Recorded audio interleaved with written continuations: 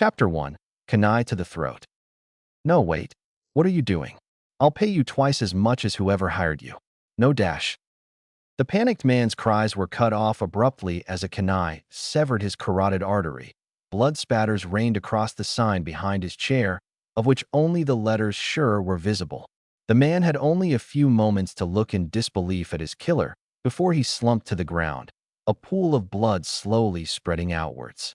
Casually wiping away the blood on his blade, his killer stepped back, looking on sadly as his victim expired. He'd never even know exactly why he'd been targeted, and probably wouldn't have believed the answer anyway. He didn't like killing. In fact, he generally avoided the practice entirely. This was different.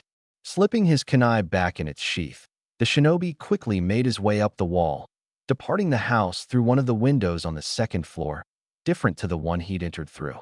It would take only minutes for guards to track down the man screaming and discover the body, but that was quite enough. Still, he needed to hurry. He couldn't afford to be seen anywhere nearby.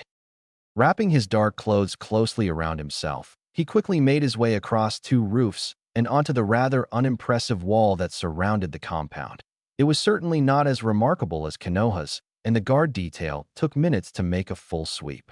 That was a lethal mistake when dealing with shinobi, who took advantage of even second-long periods of inattention. Drawing two kunai, he tossed himself over the wall, impaling the sharp implements into the wall and riding them down to the ground, setting down right next to the small stream that served as the compound's water supply. There was a certain irony to it. Kunai like these were first used to dig holes into walls not unlike this one, not as weapons. There was a sudden clamor up above which meant the murder had been discovered. Quicker than he'd anticipated, but not nearly fast enough. Tossing his overcoat and hood aside, the shinobi dived headfirst into the stream, forcing his way through the current. The coursing water would wash away any traces that tracking ninja or dogs might follow. Raised voices slowly receded in the distance as he forced himself to keep going. When the lights were finally out of sight and the night was silent once more, he got back onto land.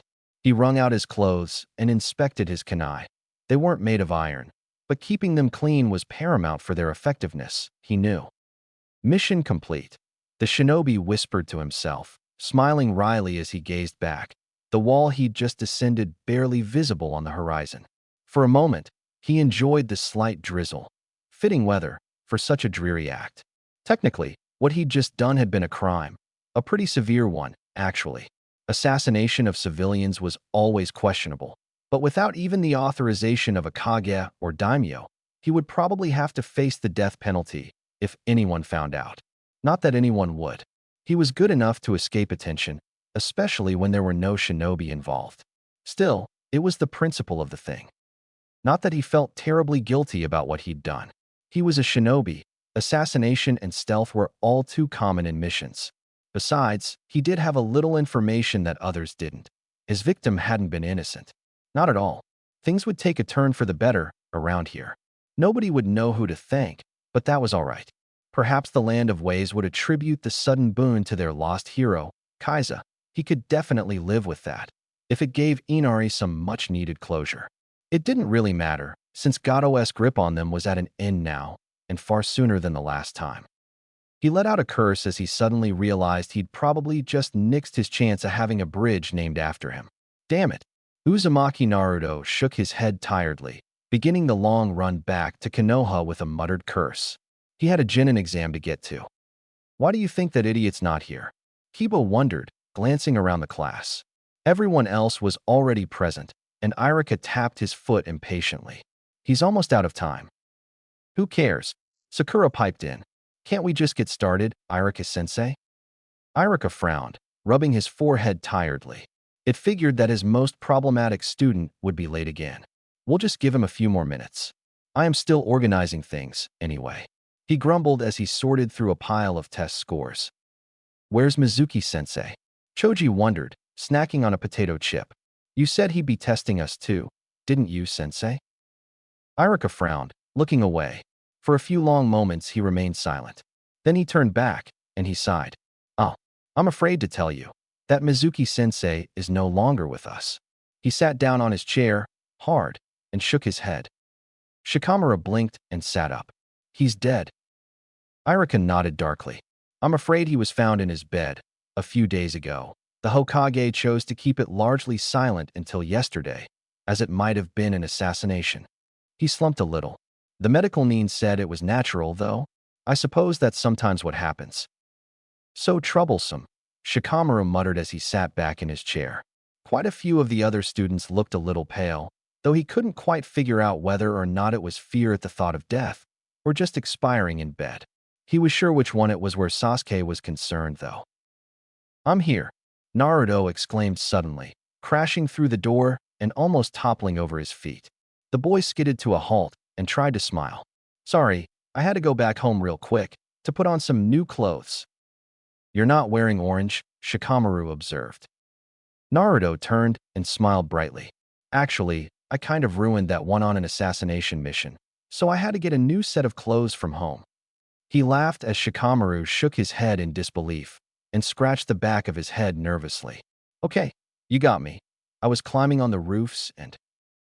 Naruto. Naruto turned, his eyes wide. Irika-sensei, sorry I'm late, but I'm sure you just heard why. I had a totally legit dash. I mean, good reason. Irika sighed wearily. Naruto, just get in line. He turned to the others and gestured behind him. For the graduation exam, you'll do the Bunshin no Jutsu, the clone technique. I'll be in the next room. When you're called, just come out, and you'll know if you pass right away. He rifled through his papers and gave up. I'll just go by order of your papers. Here, so get ready to be called anytime. What a drag, Shikamaru commented, as one by one different students left through the door to take his test, until only a handful were left. He turned to the blonde. So, Naruto, why did you really ditch the orange? The black's cool, but I figured you didn't like it. Naruto smiled nervously. I totally told the truth about that. I was going up on the roofs, and one of those masked guys almost caught me. He hooked a kunai into my suit, so when I escaped it got all torn up. Besides, this was the only other color I had. Masked guys? Shino muttered, drawing attention. He adjusted his glasses and nodded to Naruto. They were after you? I sort of painted the monument, Naruto said, smiling broadly. They'll take forever to figure out how to get it back to normal. Huh. You're such an idiot, Shikamaru said. Now the truth, Naruto. Uzumaki Naruto. Irika called. For a split-second relief flashed across Naruto's face, before he got to his feet and smirked to Shikamaru. Good luck at your own exam. You'll have to do the Bunshin, Naruto, Irika said apologetically, worriedly looking at the blonde. He'd failed twice before, and his chances didn't look much better now. I know it's not your greatest strength, but… Huh, that's what you think. Naruto stuck out his tongue, flashing through hand signs. Bunshin no Jutsu. 5 clones popped into existence, surrounding Naruto in puffs of smoke, each of them smiling broadly. For a few moments, there was absolute silence. Then one of them crumpled to the floor.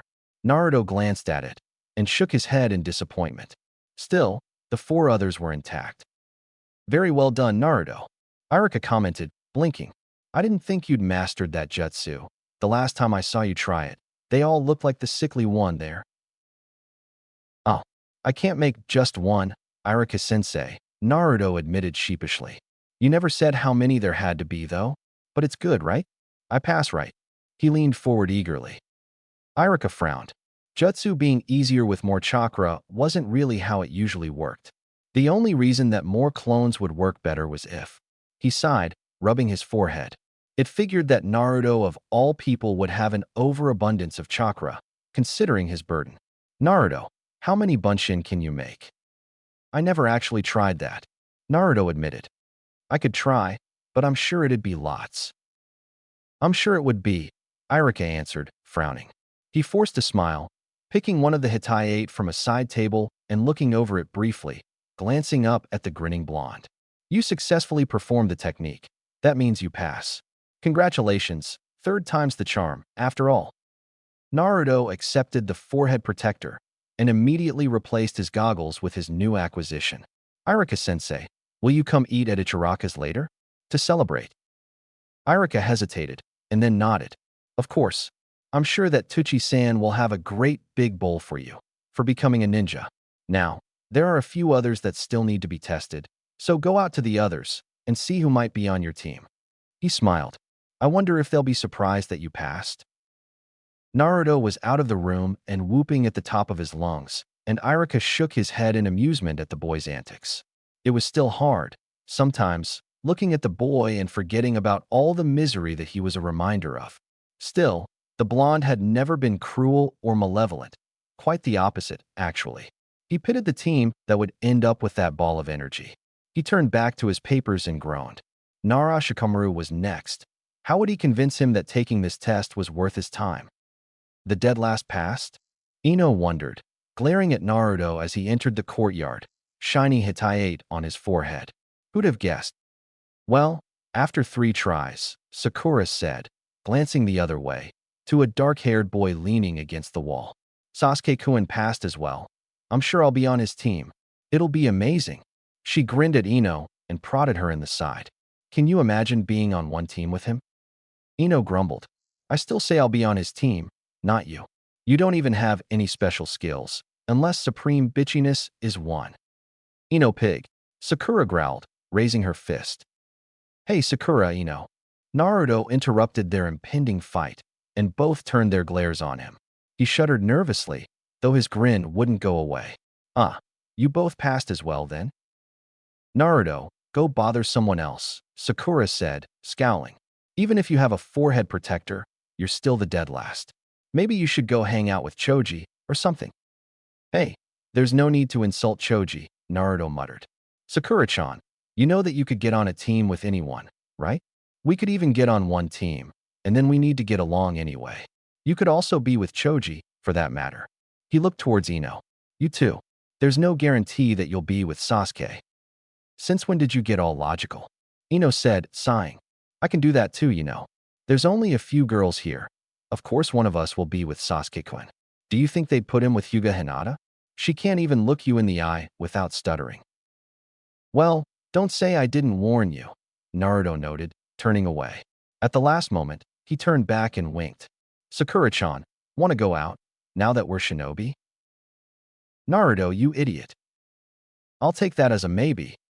Sakura muttered in annoyance as Naruto wandered off towards Shikamaru and Shino, both of whom were attaching their own Hitayate to their clothing. Sakura sighed. He can be such a pain, sometimes. Where were we? Ino wondered, glancing back at her rival. Oh right. Forehead girl, I will be on Sasuke-kun's team. Naruto exhaled wearily as he made his way back to his home, skipping from roof to roof with the ease of a chunin. It was exhausting, getting back into his childhood role. He'd not been a genin for such a long time. It was quite a novel experience to be one again. It was strange to see all the familiar faces of his later friends and allies at such a young age again, especially the ones he worked the most with. Sakura, she was exactly how he remembered her, precisely how she'd been until at least the original Chunin exams, perhaps longer. She didn't even show a hint of the medical ninja she'd grown up to be, but that wasn't a surprise. She'd probably get back to that at some point in the future, though right now Naruto wasn't sure if she'd even end up on the same team as before. That was the trouble with changing things. Shikamaru hadn't changed a bit. Still the lazy genius, Shikamaru was already putting question marks behind something as comparatively minor as his change of clothes, as expected from the future Jonin commander. Honestly, Naruto had simply chosen the new clothes because he was used to them, and he hadn't had time to change after returning from the Land of Waves. Assassination missions being what they were, the dark colors didn't show blood as much, and they served as a good camouflage. Technically, it was dark blue, though in the bright light that was hard to make out. It was a horrible job trying to clean these clothes. Thankfully, they'd remained unsoiled this time. The rest of the class was pretty much as he expected. There were hints of their future careers and specialties, but not much more. Hinata was still the recluse. He'd have to fix that, and Sasuke was the elitist Uchiha he'd always been. He didn't show much of the insanity that marked the boy's later life and death, so there was perhaps a chance to change fate there. It depended on the teams, now that he'd upset events by taking out a number of dangers before they could really become such. Probably there wouldn't be too much of a difference, but it was a probability game. He'd started fixing things with Mizuki. Sneaking in and using medical jutsu against him was effective enough, and the wounds of a butchered chakra scalpel technique were easy enough to hide, if you knew how. Granted, Naruto didn't have the sort of chakra control he'd really need to fix something, but that had hardly been his goal. Imprecise use of medical techniques was a pretty effective way of nigh-invisible kills. He'd briefly felt bad about resorting to such a brutal method of solving his problems, but he was hardly squeamish about that kind of violence anymore, and it was a far better choice than leaving him alive to terrorize the village again. Next, of course, had been Gato. Successful as the mission might have been according to the Hokage, the first time he'd gone out there, the wave mission had resulted in the deaths of both Zabuza and Haku. Those two people could make an actual difference in future events, especially where Kiri was concerned, so keeping them alive was a good idea. Solving Tezuna's problem with his bridge before it even arrived, and taking out an awful person, thereby undercutting the entire mission? Naruto hadn't thought twice about it. These two had been the easy targets. Naruto jumped into his apartment through one of the windows, dropping onto his bed immediately and letting out a deep sigh. He frowned as he thought about all the things he still had to do. Kabuto was still out there, somewhere. Unlike the others, the medical ninja frequently slept with numerous other shinobi close by in the same building, and Naruto didn't have the poisons at his disposal that would have made it a cinch, assuming Orochimaru hadn't given him the means to become immune to those yet. The snake Sannin was on his list as well. He'd have to figure something out, as that particular shinobi was rather beyond his skills in this smaller body. Having superior chakra control and knowledge could help with a lot, even boosting his speed and strength beyond usual Jinin limits. But he still had his weak-ass body to deal with. Kage Bunshin no Jutsu, Naruto murmured, and 3 solid clones popped into existence. 2 immediately used henge to turn themselves into rather nondescript villagers, and left. The last of the clones shrugged and sprawled out on the bed. The real Naruto smirked, snatching a hood from his closet and quickly putting it on. I'll be back before team announcements. Of course you will be, boss. Remember the dinner with Irika-sensei, okay?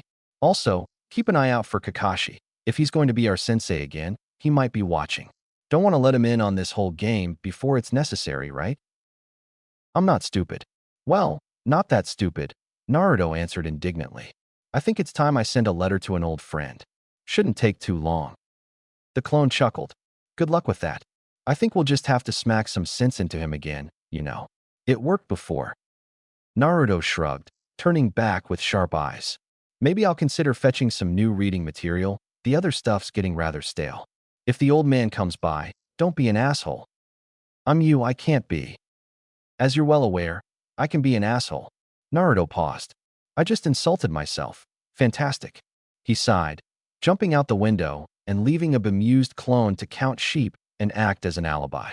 It didn't take long for loud snoring to break the silence of the apartment. Chapter 2. Theft from the Tower. 1-2. Naruto flipped over the railing, landing as softly as he could.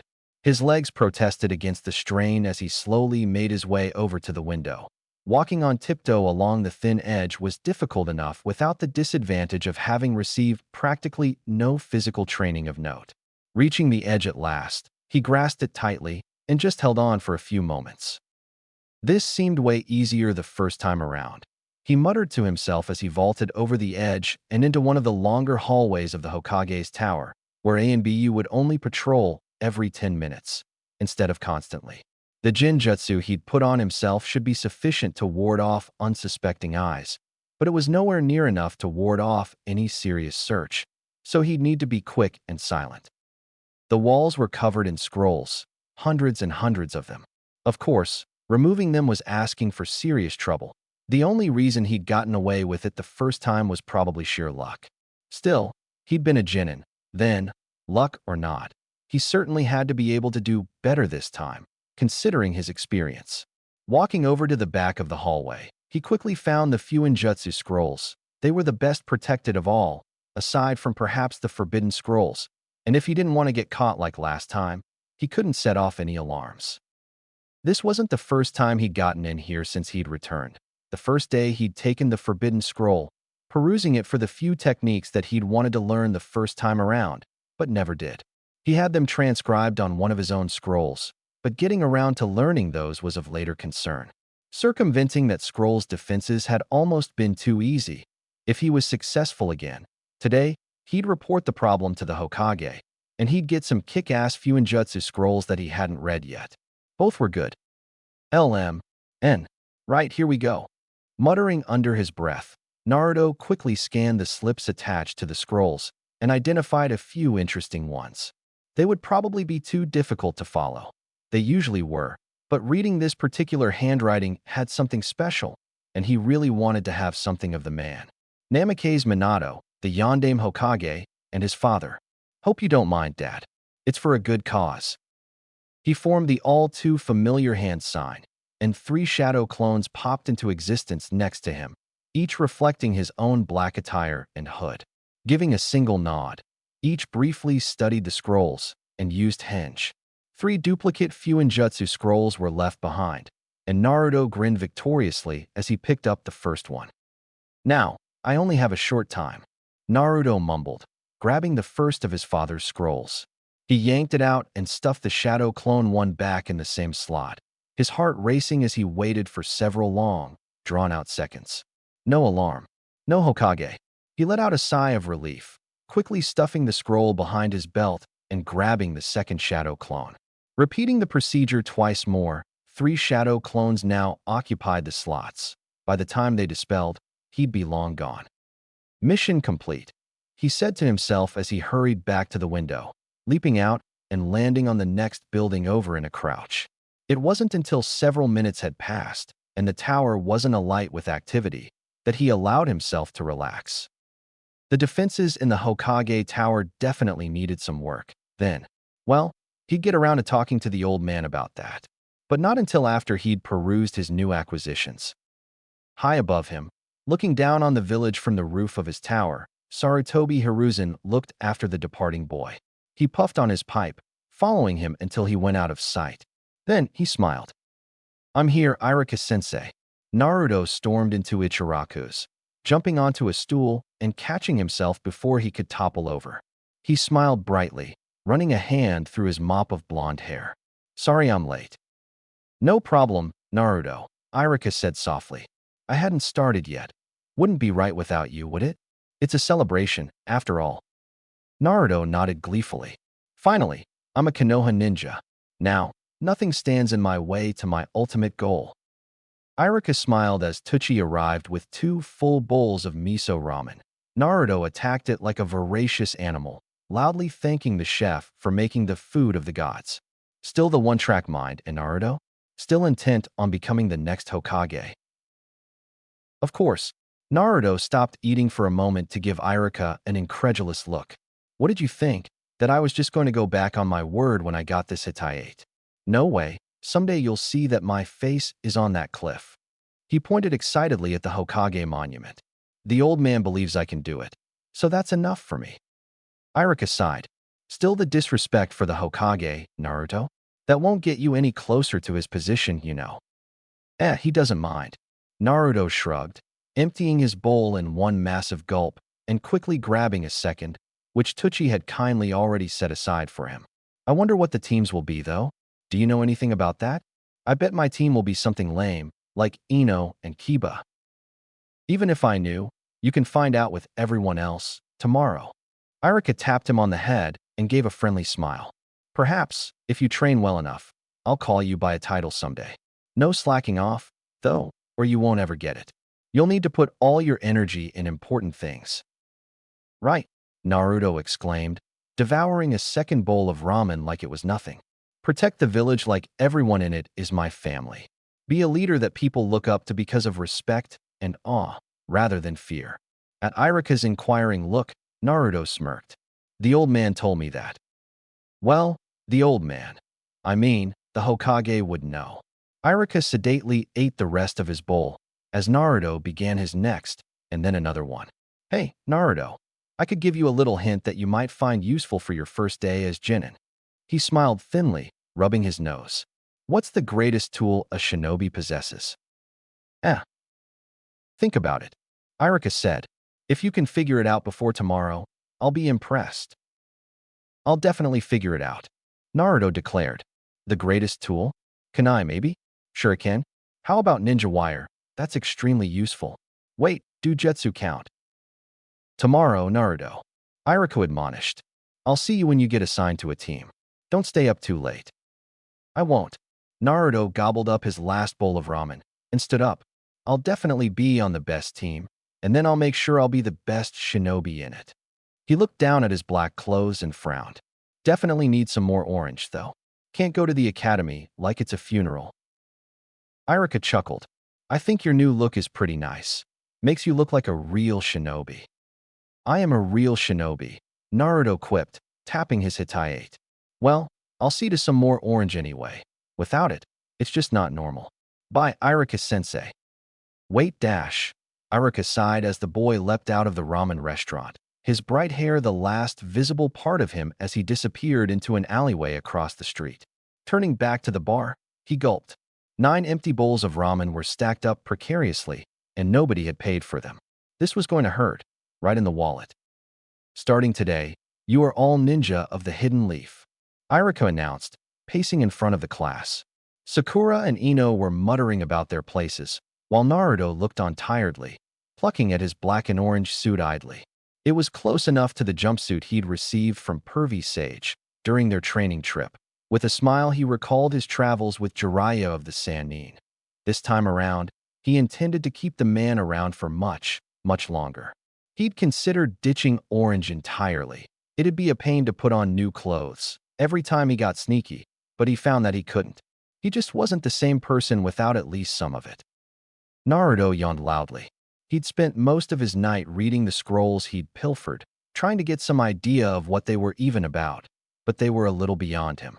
His few ninjutsu skills, however impressive compared to probably anyone else in the room, certainly weren't up to 4th level, not that he'd really expected them to be.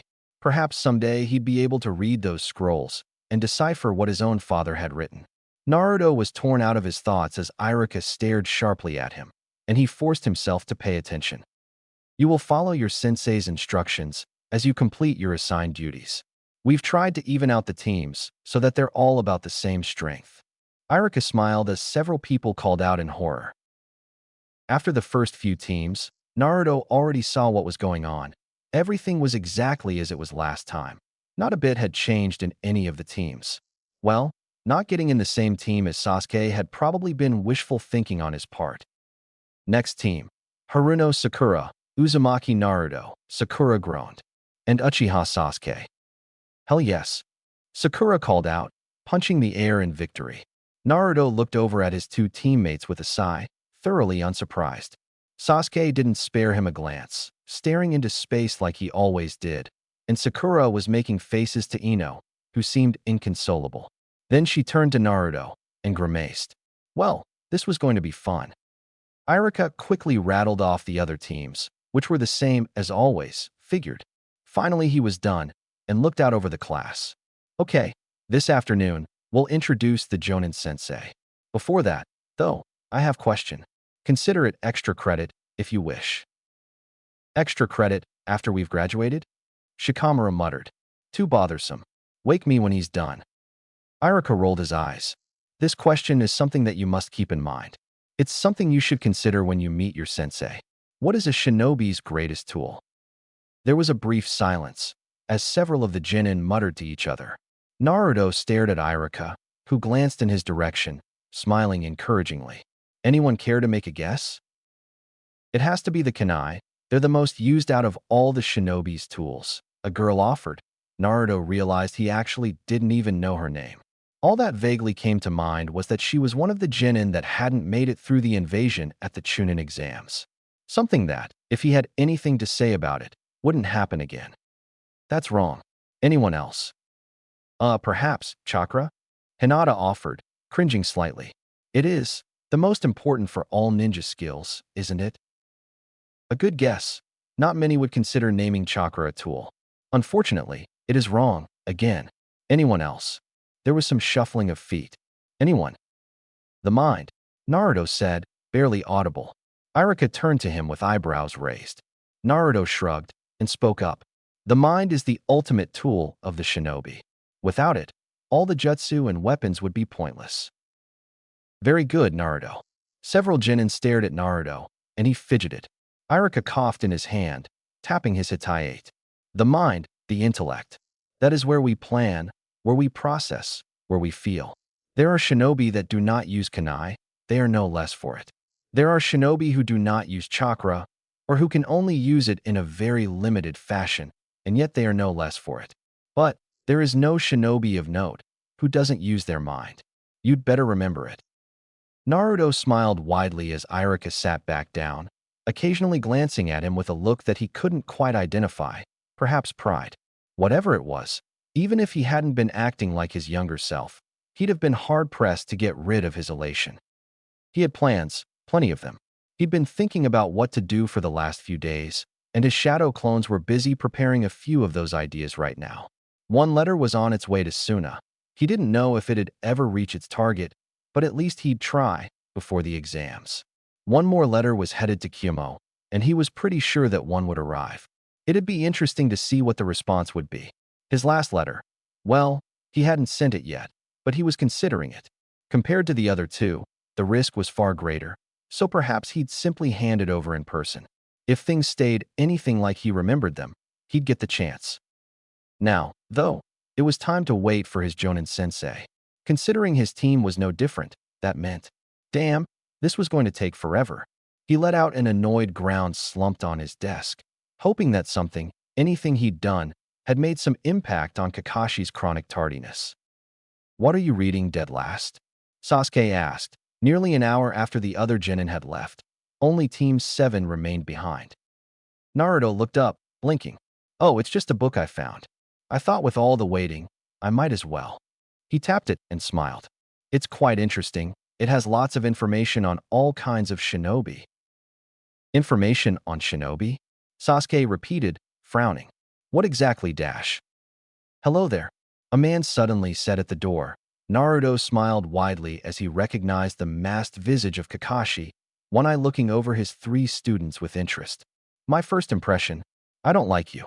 He gestured behind him. "Let's get to the roof." Naruto sighed, following the man without complaint. At least, he reasoned, his choice of literature beat that of his senseis. Sakura and Sasuke weren't far behind, looking at their new teacher uncertainly. It was actually sort of amazing, Naruto considered, how innocent they all really were at this point. "So," Kakashi said as the four arrived at the roof. Naruto plopped down on the side, quickly turning the pages on his book, searching for a particular page. The teacher noticed, of course, and glanced over. "What are you doing there?" "Ah, I thought I'd seen." "Ha, here you are," Naruto declared victoriously. "Hatake Kakashi, copynin of Konoha. B rank, Jonin." He frowned. "Man, you got old since this picture, sensei."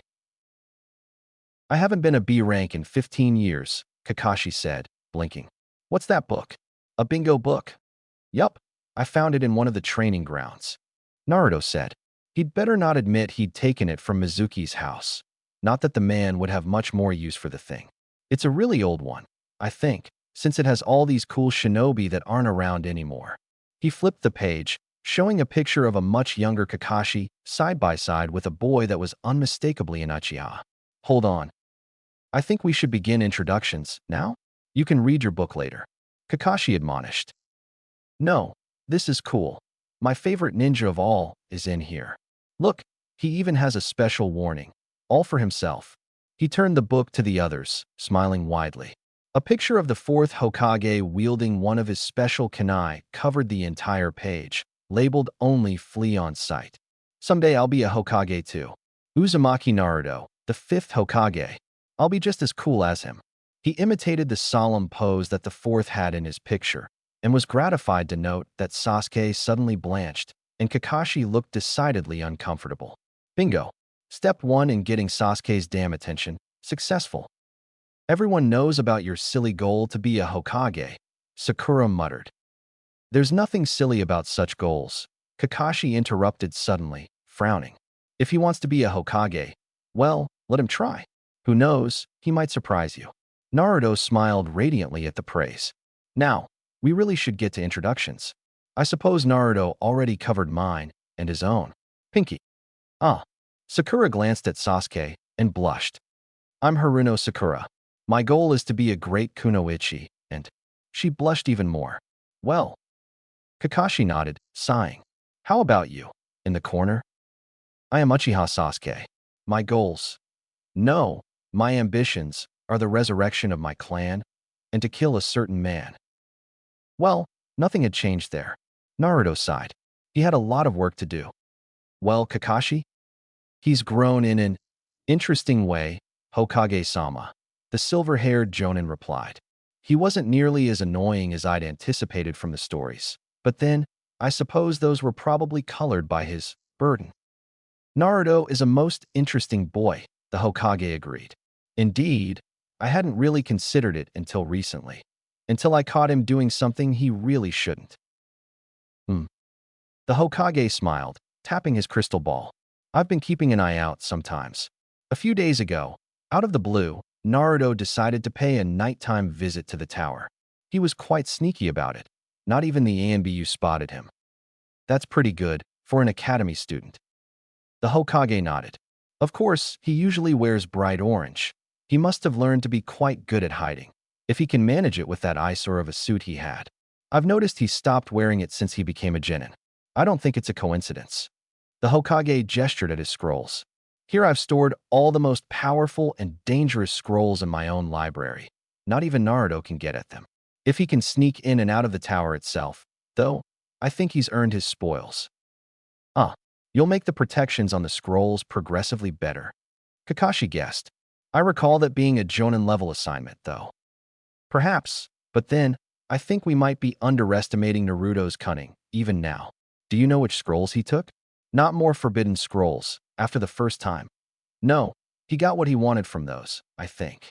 He must have overheard someone about the contents of those. If there is anyone who can use the Kage Bunshin technique to its full potential, it has to be him. Keep an eye on that, will you? Regardless, this time he went straight for a specific type of scroll. Fuinjutsu. The sealing arts? Kakashi blinked, eyes widening. Don't tell me. The Hokage smiled. He's been borrowing one Namake's Minato's notes. Nothing really dangerous, but definitely complex. Enough to make me dizzy. If he's already trying to figure out those kind of techniques, who knows? Perhaps it does run in the family, after all. That would be interesting, wouldn't it? The Hokage shrugged. When Jiraiya returns to town, I'll ask him to test the boy. He's bound to be here for the Chunin exams in a few months. His eyes hardened as he stared at the Jonin sensei. You'll treat Naruto well, won't you, Kakashi? I know you have the last Uchiha on your team, too. No favoritism. As you say, Kakashi bowed and left. Uzumaki Naruto, where have you been hiding your talent?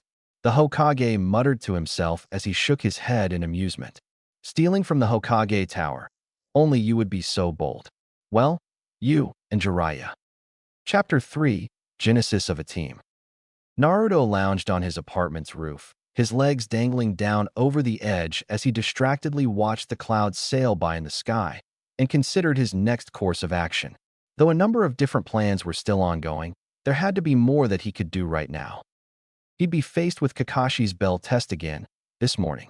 It was almost nostalgic, thinking back on the first time he'd done it, and the repeat, a few years later, and how amateurish he'd really acted.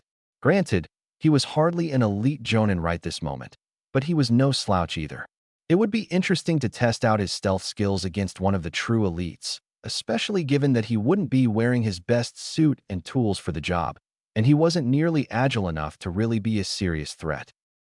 Getting back in shape was, however, not his main concern. That would happen soon enough, with proper training. Going overboard right now would just destroy him. He wasn't developed enough to deal with it, so he focused his efforts elsewhere. Thankfully, there were no such limitations on focusing his chakra control, a far more important skill, as far as assassinations went. People really underestimated how very little strength was really needed to end a life. Man, this handwriting's like a medical ninja's with a bottle of sake down the hatch. Naruto muttered in exasperation as he stored away the Fuinjutsu scrolls he'd been deciphering. He couldn't very well leave them up here for anyone to find, after LL. He wasn't having much more luck with their contents, but at least he was slowly dissecting the scribbles until they matched legible text, which would probably be helpful. He'd really only gotten into the sealing arts after the Fourth Shinobi World War. He'd been interested in figuring out the QB seal, not to mention all the other ones he'd come across. And with a relative period of peace in the foreseeable future, he'd decided to, for once, dedicate some time to actual studying. Sakura had been, unsurprisingly, amazed. Unfortunately, without Jiraiya to be a teacher, he didn't really have access to a master in the field, and he'd had to muddle along on his own. It didn't help that a lot of the village's records were destroyed in Nagato's attack. Thankfully, neither of those limitations were present, not anymore. Yo! Naruto looked up in surprise, dropping his storage scroll to the roof. Kakashi sat in a crouch on the edge of his roof, smiling cheerily behind his ever-present mask. Kakashi-sensei, I'm not too late, am I? Naruto asked, blinking. Had he been reminiscing and studying his scrolls for so long that he'd managed to miss his proper Genin exam? That would be embarrassing. Don't worry, you still have a while yet. Kakashi stepped onto the roof and stretched. I was just curious, honestly. I saw you sitting up here and wondered what you were up to. Not planning any more nasty pranks, are you? Naruto laughed. Well, I'm a shinobi now, right? I figured that I have some other things to do now, instead of entertaining the villagers. He withered under Kakashi's skeptical gaze. Fine. I ran out of paint, so I was thinking of waiting until I get some more. I should get some money from the missions, right? You'll have to pass the test first. You're aware. You didn't eat yet, right? Kakashi asked, smiling. He glanced around to the other roofs, and then turned back to his student, talking softly. Naruto, I was curious about that bingo book you had yesterday. Yes? Was there a particular reason you brought it with you to the introductions? Especially such an odd one at that. If I didn't know any better. He glanced at Naruto sharply. I'd think you were trying to make a point. Naruto looked at his teacher nervously. What do you mean, sensei? I think you know what I mean. He smiled congenially, dropping down to the roof, then looked knowingly at Naruto. There's no crime in showing off, and I can understand your pride, but you should consider the consequences of your actions. You never know who might be watching. He smiled cheerily. So, I would keep that book of yours at home. Naruto wasn't terribly surprised that Kakashi had seen right through his facade. Bringing that bingo book to the meeting had been a calculated decision. He'd actually counted on Kakashi realizing what he was doing, laying some groundwork with his teammates. He was certainly not going to run into being a ninja like a complete idiot this time. If getting along with him required matching the Uchiha's claim to an awesome family, well, that's what he'd do. A ninja uses all his tools, after all. I'll try to be careful, Naruto said after a while, frowning. I hadn't thought about spies. I suppose there's a chance that IWA might try something if they ever figured out about the fourth, but I doubt they'd get this far into town. He sighed. Kakashi nodded, pausing for a moment. So, how long have you known about that? Naruto faltered. He couldn't very well admit to how he really knew. Kakashi seemed to take his silence as an answer in itself. Naruto finally shrugged. A while. The resemblance is a bit obvious, isn't it? I didn't really know until. He paused. Well, until a few weeks ago, honestly. He didn't mention how he'd found out. Kakashi would probably fill in the blanks himself. The Jonin raised an eyebrow. Does the Hokage know what you found out? We haven't spoken about it, Naruto said. I hoped he'd tell me himself sometime. Then I wouldn't need to act so oblivious about it anymore. I thought maybe he'd do so when I became a Genin, but I suppose I was mistaken. He glanced up. You won't tell him that I know, will you? Naruto. Ah, come on, you're my sensei. Isn't there some sensei-student confidentiality or something? Kakashi rolled his eye. Fancy words, for an idiot. Anyway, the Hokage's not stupid. He probably knows already. He certainly has good reasons to keep it a secret, so he would probably want to talk to you about it. He tapped Naruto on the Hitayate. Just keep it in here, unless you get permission to tell someone. Naruto nodded uncertainly. What about my team? I can't just lie to them, can I? Kakashi smiled. First, you'll have to pass my test, or you won't even be a team. After that, well, who knows? I'm sure we can figure something out. Thanks, Kakashi-sensei. Naruto smiled slightly, looking out over the village towards the Hokage monument. You know, maybe you could tell me about Dad, Sometime. You were his student, after all. Kakashi nodded sagely. I will. Nearly 2 hours later, Naruto sauntered onto the training ground. Sasuke and Sakura were already there. The former was studiously ignoring the latter's enthusiastic attempts at gaining his attention, and neither paid any attention to his approach. Hey guys. Sakura glanced up and nodded. Good morning. She looked over Naruto's shoulders and frowned. Have you seen Kakashi-sensei? I figured he'd be here early, since it's the first day. Naruto snorted loudly. Early. He shook his head mirthfully, glancing at Sasuke who leaned against a nearby tree disinterestedly. Even though he'd met his sensei just this morning, and it was definitely not the last such meeting, he figured. He was certain the man would drag out the test enormously, as always. If the stories are true, we'll probably be waiting for a few hours. What? Sakura exclaimed. Don't be silly, Naruto. He's a jonin. He can't do something like that. I bet he'll just appear out of nowhere, real soon. I've seen them do that, you know. She looked Sasuke and smiled. I'm sure he's really strong, since he gets to teach Sasuke-kun. Oh, brother. Naruto sighed, glancing between the two others. Whatever. I guess I'll go find a good spot to wait then. He walked over to one of the trees and walked straight up the side, hands in his pockets. The complete silence that fell over the clearing before he was even halfway up was quite telling, and an irrepressible grin made its way onto his face. Unfortunately, the calm wouldn't last. Naruto, how the heck are you doing that? Sakura exclaimed, staring and pointing at him.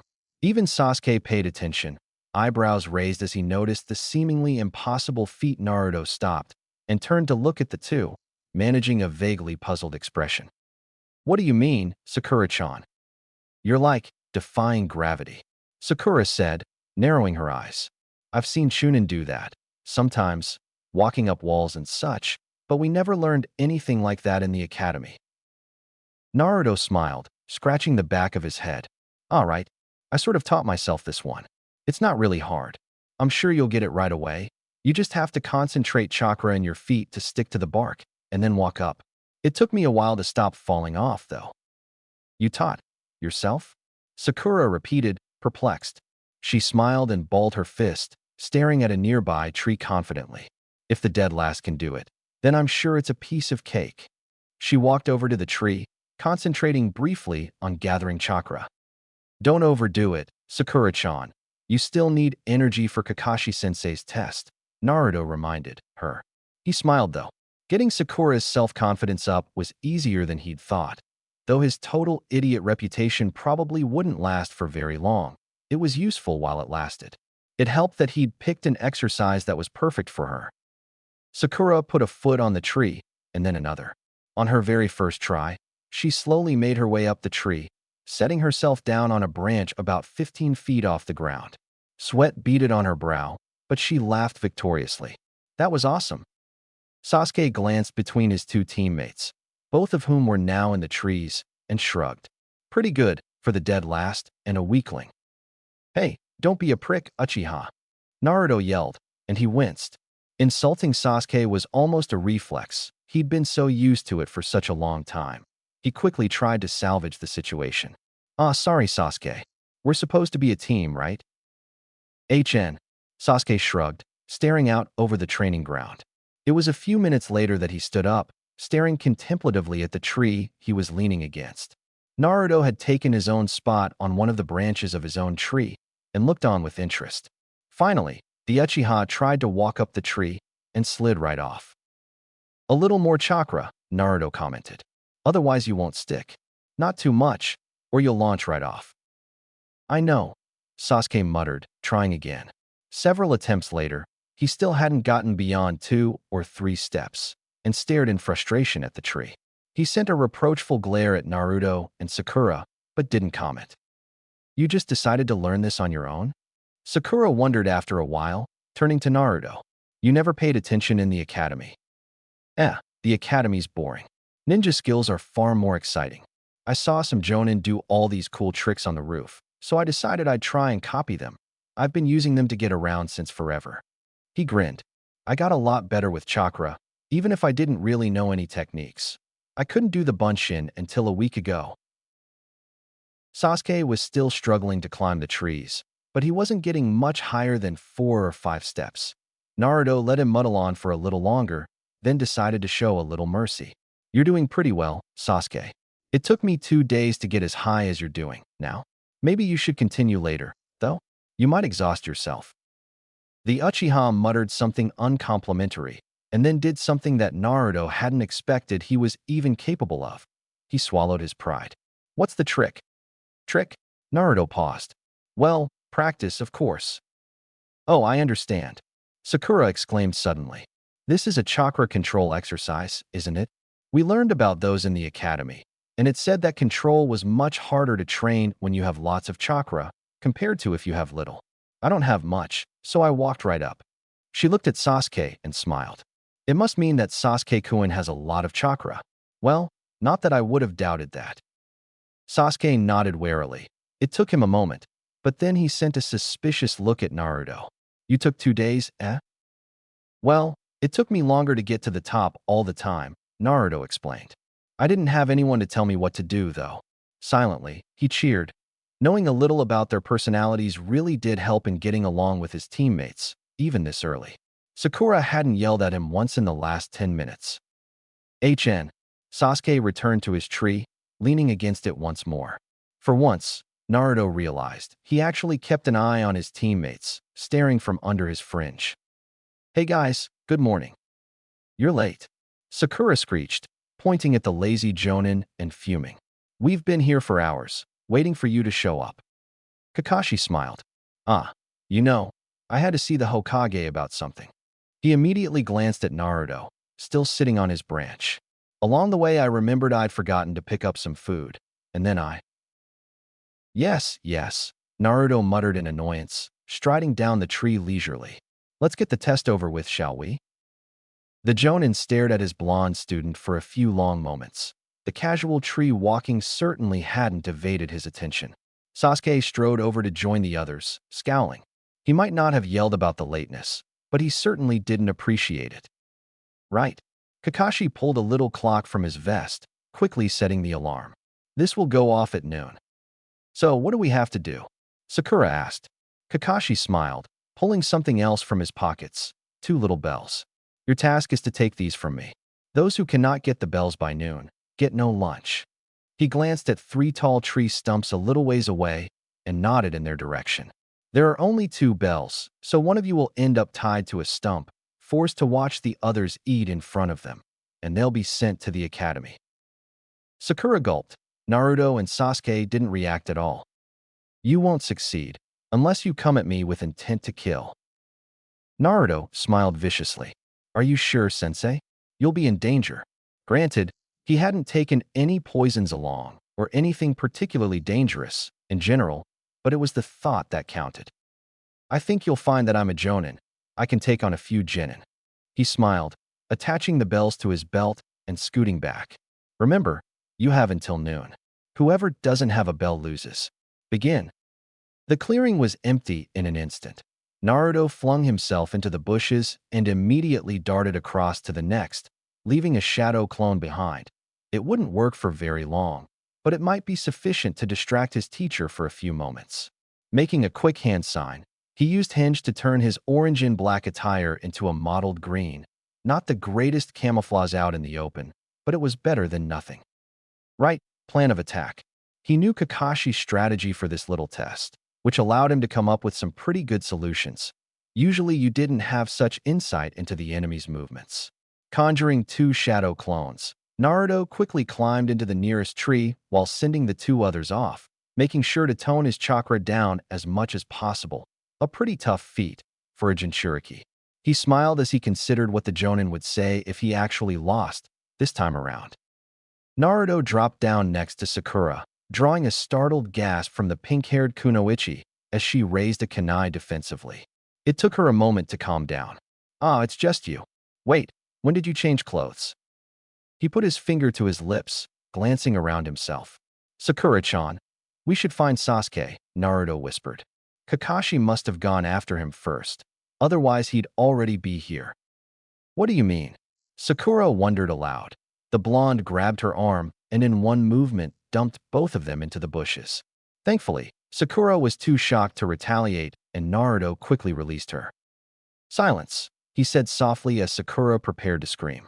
He drew 3 shuriken, glancing around the area carefully. He made sure to keep one hand on the ground at all times, remembering one of Kakashi's favorite techniques all too well, digging underground. Sakura, you probably have the best chakra control out of all of us. Can you sense where Kakashi-sensei is? Sakura blinked uncertainly, frowning as she wiped the dust off her arms. I haven't learned anything like that, idiot. We went to the same academy, remember? Naruto sighed. He should have realized that he was dealing with this early Sakura again, who barely knew anything yet. Right, well, then we'll have to do it the old-fashioned way. When I say run, you should head north. I'll meet you along the way. We'll go to Sasuke together, from there. He gestured behind him. I'll make a diversion in the other direction. What did you mean, meet you there? You're already here.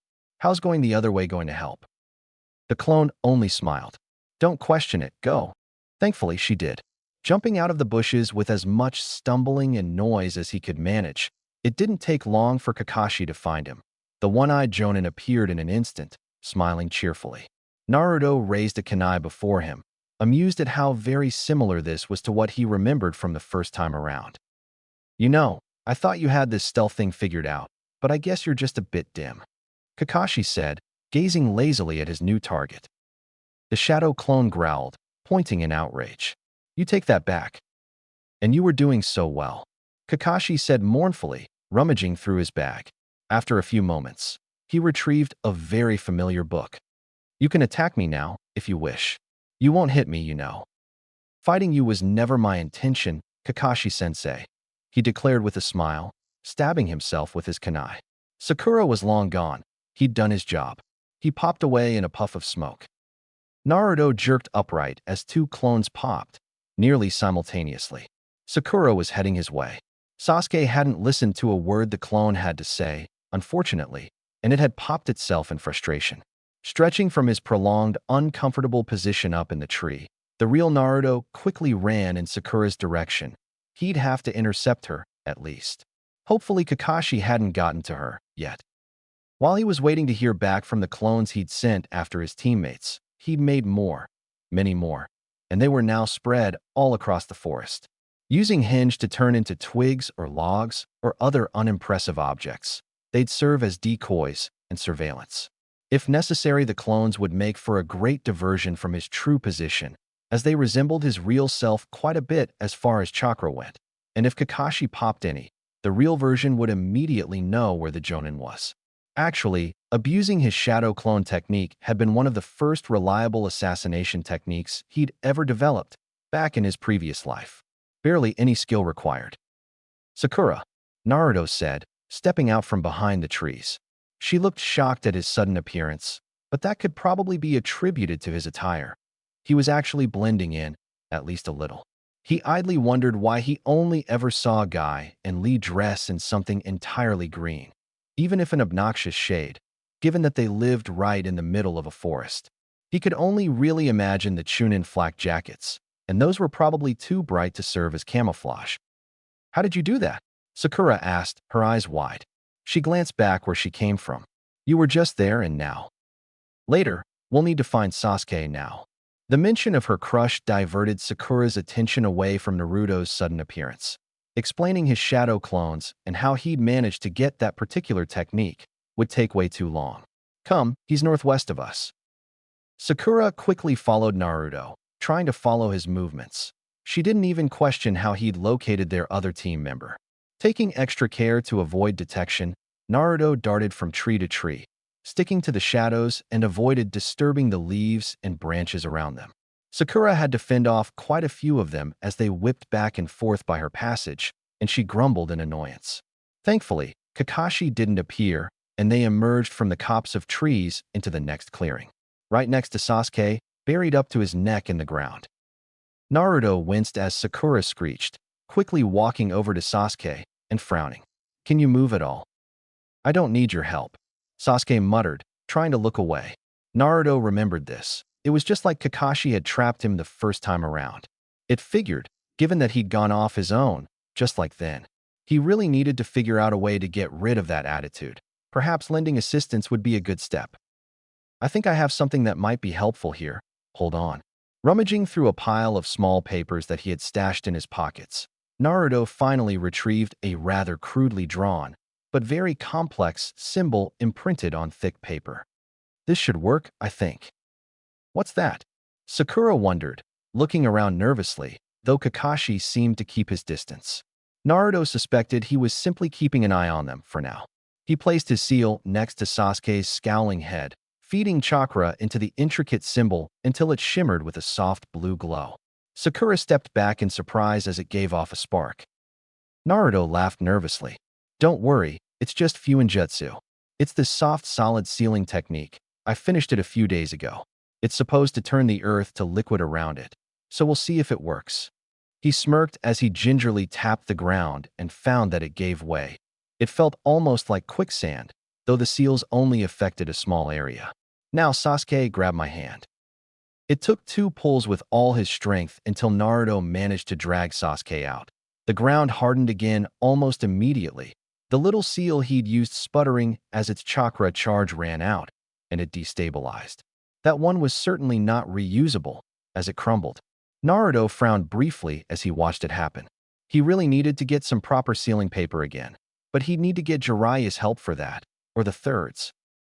How did you of all people learn the sealing arts?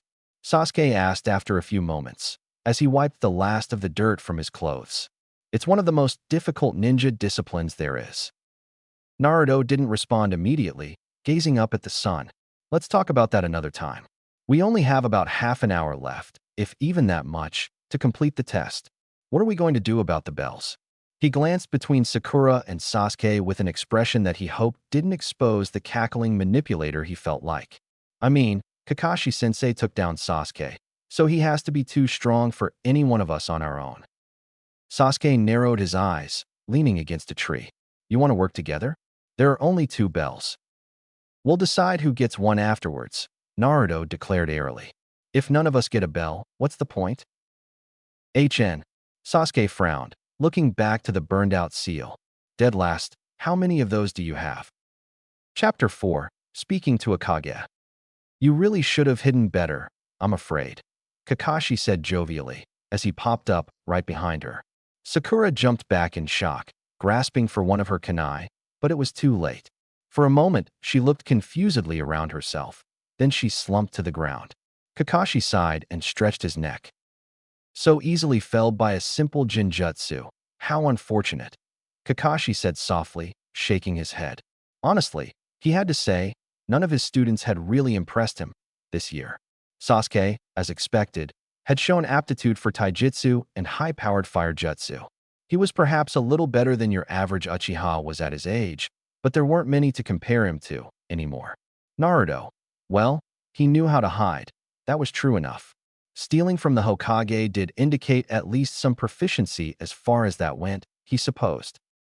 Still, even with Naruto's shadow clone trick which allowed Sakura to escape, the 3 had gone their separate ways once more, and each of their individual attacks had been cut short without much of a hassle.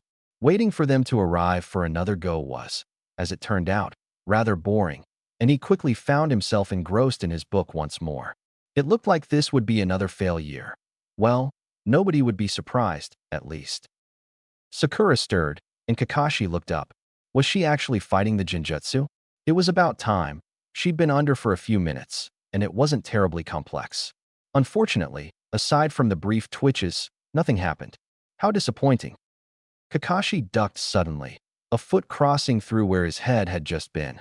Sasuke landed heavily, but he turned on a dime, ready for another try. If his kick had connected, it could have done some serious damage, Kakashi realized. There was a reason that he was the rookie of the year. Well, it's about time you got back, the Jonin said airily, smiling. Sasuke got into a taijutsu stance, his arms straightened out before him, and he sneered.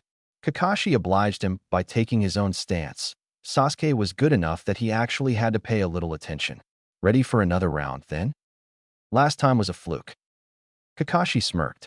Oh, this was precious. Well, we'll see about that dash. Kakashi stepped aside in the blink of an eye. Naruto blundered past, almost toppling over his feet. though he managed to stop himself before he hit the ground. Twisting around, he moved to Sakura's side, frowning. Well, that made the complete set. Kakashi smiled, slipping his book back in his bag. I see that I have to pay attention. Attacking together, then? Remember that there are only 2 bells. Sasuke and Naruto nodded. Sakura worked herself to her feet, smiling devilishly. You'd better watch out, Kakashi-sensei. You're going down. The Uchiha stepped back from his 2 teammates, forming a hand sign, and Kakashi blanched the instant he recognized it. Kage Bunshin no Jutsu. That wasn't possible. Naruto could know it. The Hokage has said something about that the shadow clone technique, but only because of his incredible chakra reserves could he pull it off. Kakashi gaped in astonishment as the Uchiha did the same. Sasuke, not even you have the chakra capacity for something like that. You could die. He blinked as Naruto formed the same hand sign, and with a series of pops, he was now facing 7 students. 6 of them had identical manic grins. Wait. Now, Kakashi only had enough time to duck and spin halfway before he was forced to block a vicious punch aimed directly at his face with the back of his hand. The hit came courtesy of Sakura. Of the 7 people he'd been facing, only she had been anything more than a clone, as she took a sharp hit in retaliation. It had been a distraction, and a successful one. Sasuke jumped out from behind Sakura and delivered a devastating dropkick that only barely missed his head, and Kakashi was forced to duck another when Naruto tried to attack from behind. 8 more clones attempted to join the close combat, and the Jonin finally had enough. The fight was getting awfully messy. He flipped backwards over and away from the throng, landing barely 3 feet from where he started. Now we're talking. Let's see if you can keep that up. Naruto formed a hand seal. Fuinjutsu, activate. The ground vanished. That's the only way Kakashi could describe it. From one moment to the next, the soil turned from rock solid to a soggy mud-like texture, and he sunk down to his waist before he even managed to get a grip. 2 flying kicks were headed directly towards him, and he couldn't pull off an earth move in such a short time.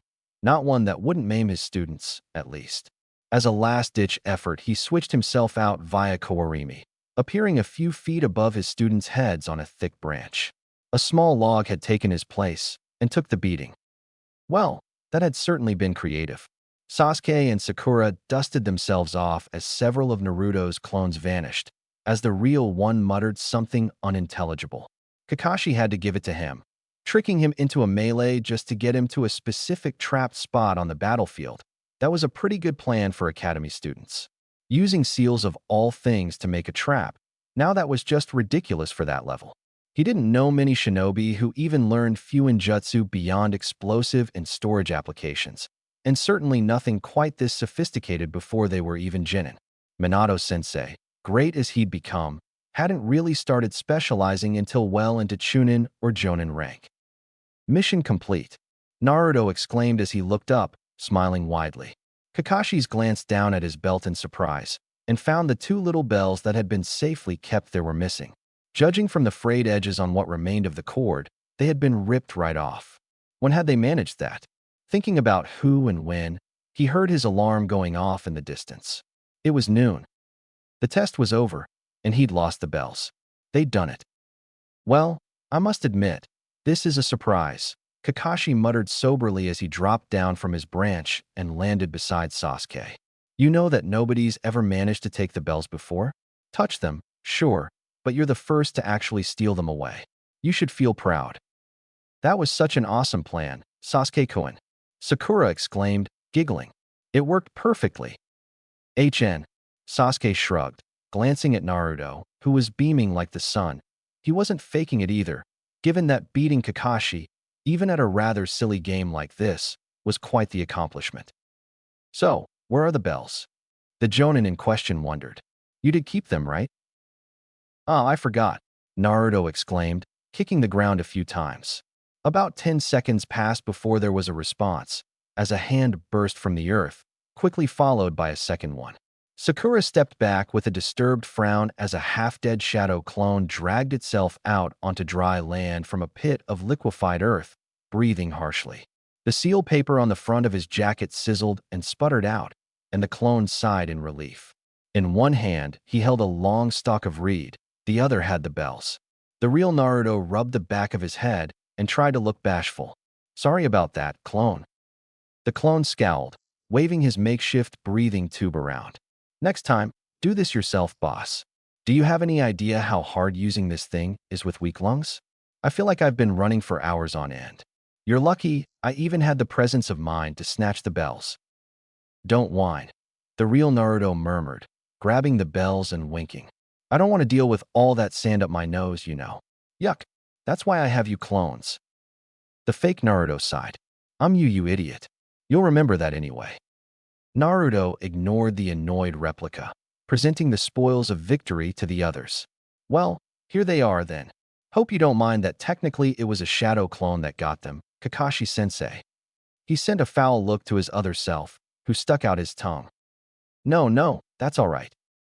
Honestly, Naruto felt like dancing. It had taken ages to trick Kakashi the first time around, and it didn't help that Kakashi got progressively better over those years too. It had been a vicious cycle, but now he'd broken it. Of course, that probably meant that training would be twice as hard. So, you have the bells now. Kakashi raised an eyebrow. Which of you three's going back to the academy then? He turned to look at each in turn, ultimately gazing straight at Sakura. Well, let's hear your take. She hesitated, glancing between Sasuke and Naruto. For a moment her gaze lingered on the latter, and she looked decidedly troubled. Finally she looked down. I suppose it would have to be me then. I did the least out of all of us. That's not true, Sakura-chan. Naruto declared heatedly, turning to her. You put the seals on the ground. When you acted like you fainted, you were the key to the whole plan. If anyone shouldn't go on, it should be me. All I did was make a lot of clones, and I don't think any of them hit anything. Sasuke sighed, shaking his head. You make the seal, too. It worked.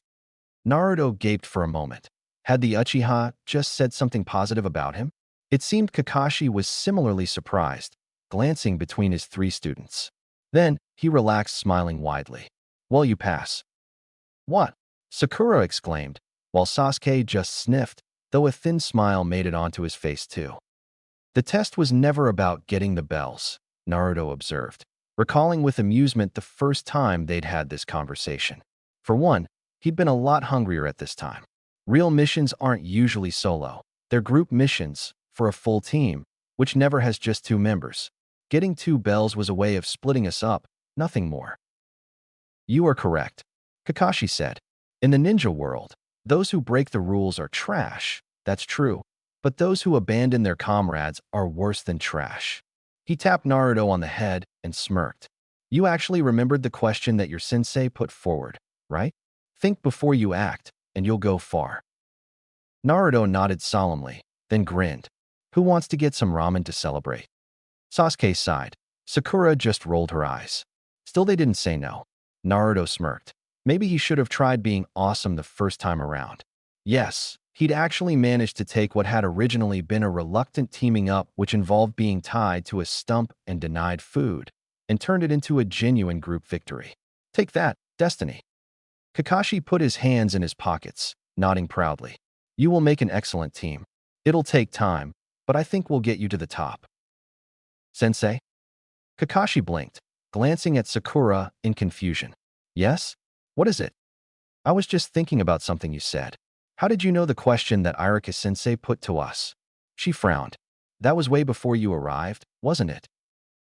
Kakashi laughed nervously. The road of life happened to pass by your classroom? Sensei. Hey, old man, Naruto said as he waved lazily, passing by Konohamaru with barely a glance.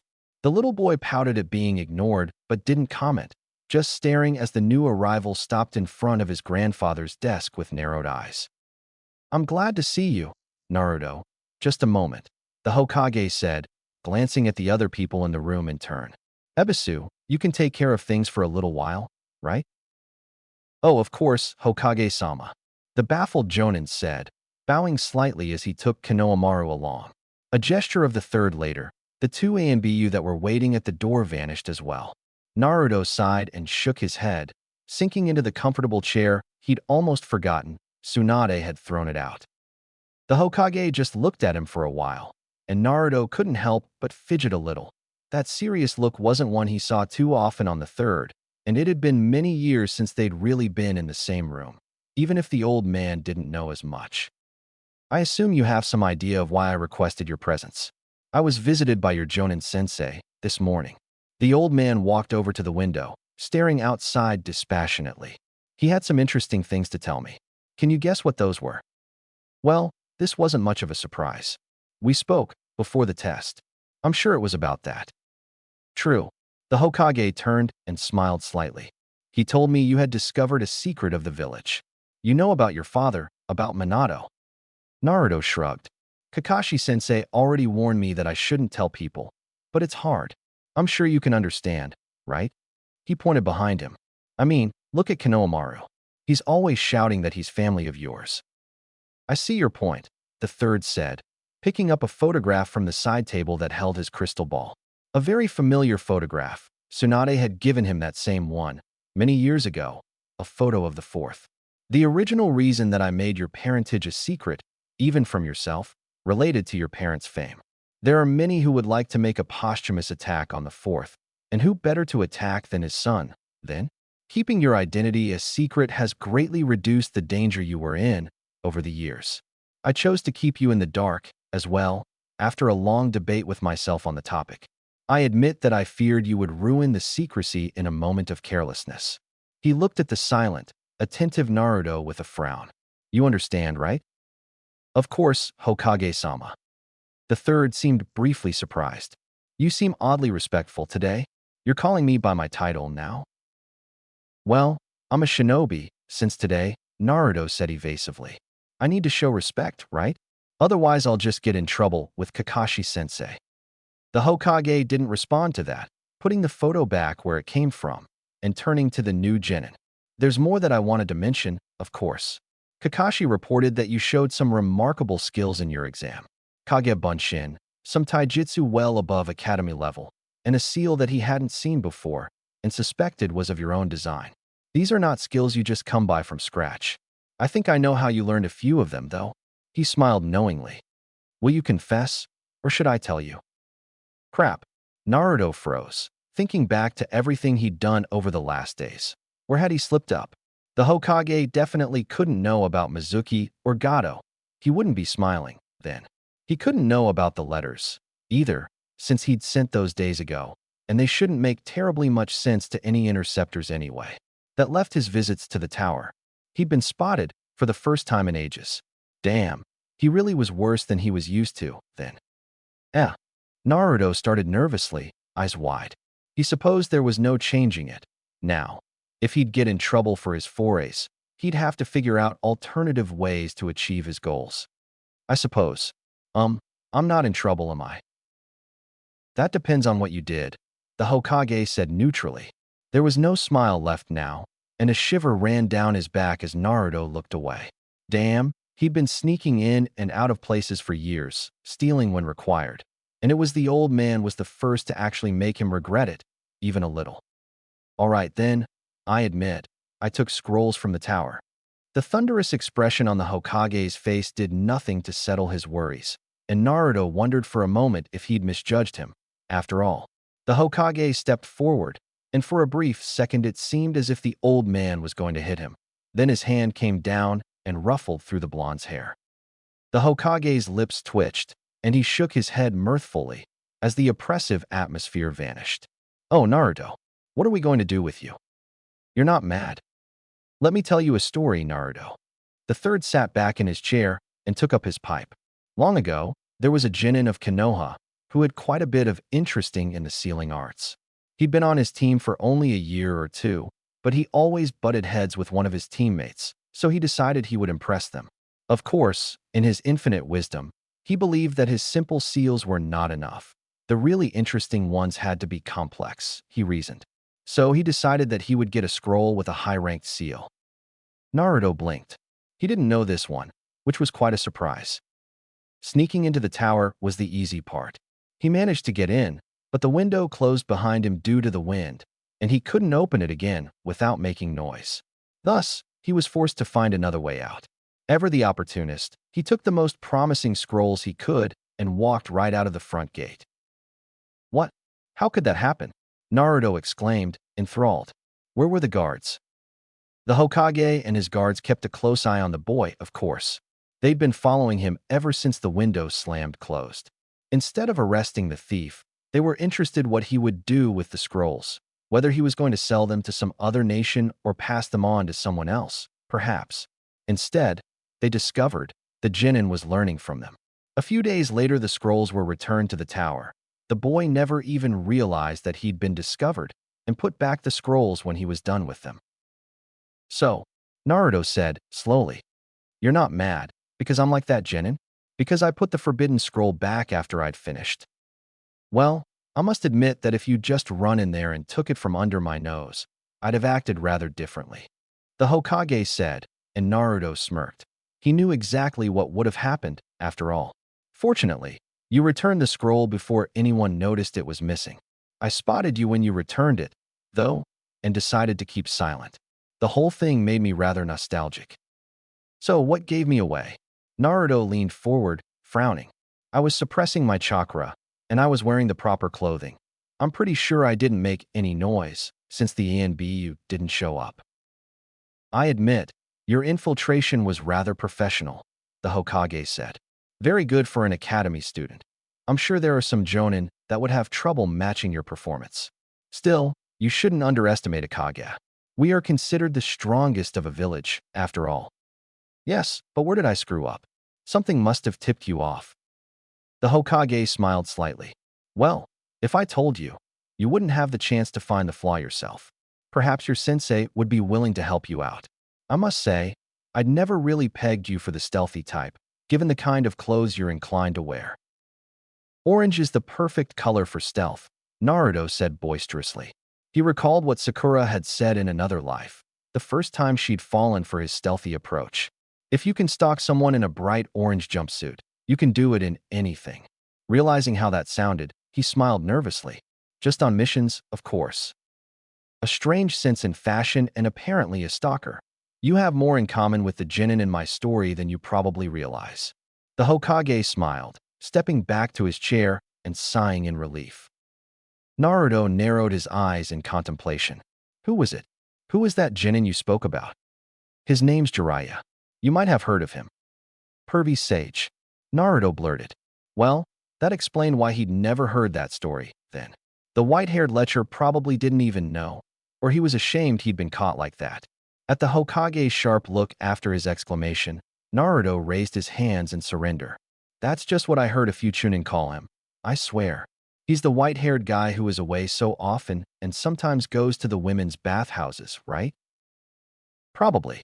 The third rubbed his temples wearily. Naruto, I understand that you want to learn some obscure skills, and I even have an inkling as to why, but you will need a teacher for something like that. Taking scrolls on Fuinjutsu from the tower won't be enough. Experimenting on seals that you don't really know anything about can be very dangerous. I am careful, Naruto exclaimed, affronted. I have no doubt you are, but you are only a Genin. In 2 weeks' time, at my request, Jiraiya will be returning to Konoha. He can serve as your teacher in Fuinjutsu, if that is truly a field you have chosen to pursue. I'll have to find a way to persuade him, but I'm sure it's doable. Naruto practically cheered, though he knew he shouldn't let on that he knew the Sannin too much. In this time, they'd never actually met, after all.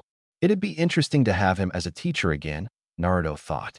Though, he'd have to put up with his antics again. Another question occurred to him. Then, old man, how can he be my teacher, when Kakashi-sensei already is? Jiraiya will probably only instruct you in the evenings, or other periods where you are free from your duties, the third said. You're still a Genin. After all, you'll have to do that training on top of your usual missions and exercises. Oh man, Naruto pouted, standing up. Well, I suppose I'll go prepare for tomorrow then. We're going to do D-class missions. I can barely wait. He sighed. I bet it'll be something lame, like painting a fence or catching a cat. He waved lazily as he headed for the door. I guess I'll hear about it when Jiraiya arrives in town. Later, Gramps. Naruto, the Hokage said softly, and the Genin looked back. If you plan on taking any more scrolls, don't get arrested. The punishment for theft is more aggravating than painting fences, I assure you. Naruto laughed. They'll never catch me. Welcome home, boss. Naruto sighed, sinking down on his bed. How far did you get? About halfway. We've got time, don't we? He put down the scroll he'd been reading, putting aside his transcribed copy. That one was actually intelligible. I figure it'll take us about 3 days to go through them all, even with 3 clones on the job. Speed it up a little, will you? I just came back from the old man, and he's a hell of a lot more attentive than I figured. Naruto rubbed his eyes and yawned. Caught on my very first attempt at nicking something from the tower? Pathetic. Really should have expected it. You know, we had like 25 more years of experience on the old body, and didn't have to contend with having to fend it off anymore. The clone sat back at his small desk and frowned. You know, talking to myself like this is becoming a bad habit. Whatever. Thinking back to his old skills, actual, badass skills, he felt a pang of loss. Going back in time, however useful and potentially world-changing it was, had some bad sides. As it turned out, having 2 identical people in the world at the same time just wasn't possible for long periods. He had to deal with his Genin body once again, with all the annoyances that came with it. Not the least of those was the QB. He'd lived with either control of its chakra or its total absence for so many years, it was strange even thinking of himself as a Jinchuriki again. That was another thing that he'd changed, in this time, even if he didn't originally intend it. By taking out Mizuki before the scroll incident occurred, he prevented himself from being told about his status. Although the Hokage knew that he was aware of his parentage, he hadn't said a word about being a Jinchuriki, about being the QB's container. There was a good chance that particular genie remained in the bottle, for now. Getting up, Naruto wandered over to his plants and quickly gave a few of them a little more water, as their leaves looked a little droopy. 2 of the little cacti seemed to be doing great, even so very far from Suna. He'd have to keep an eye on them. It was unfortunate that his original self didn't keep any particularly useful plants. He'd had to gather new samples from all across Konoha, and it would take weeks before the first proper poisons could be derived from what little he had so far. Getting a mission to Kumo or Kiri was really what he needed. There were countless rare plants there that he'd love to try his hand at, and sending a few dozen clones to harvest was no problem for him. The coming weeks were in flux. It really depended on how much he'd change things, what he'd end up doing. It was possible that Kabuto would finally be an open target, and he would definitely take advantage of that.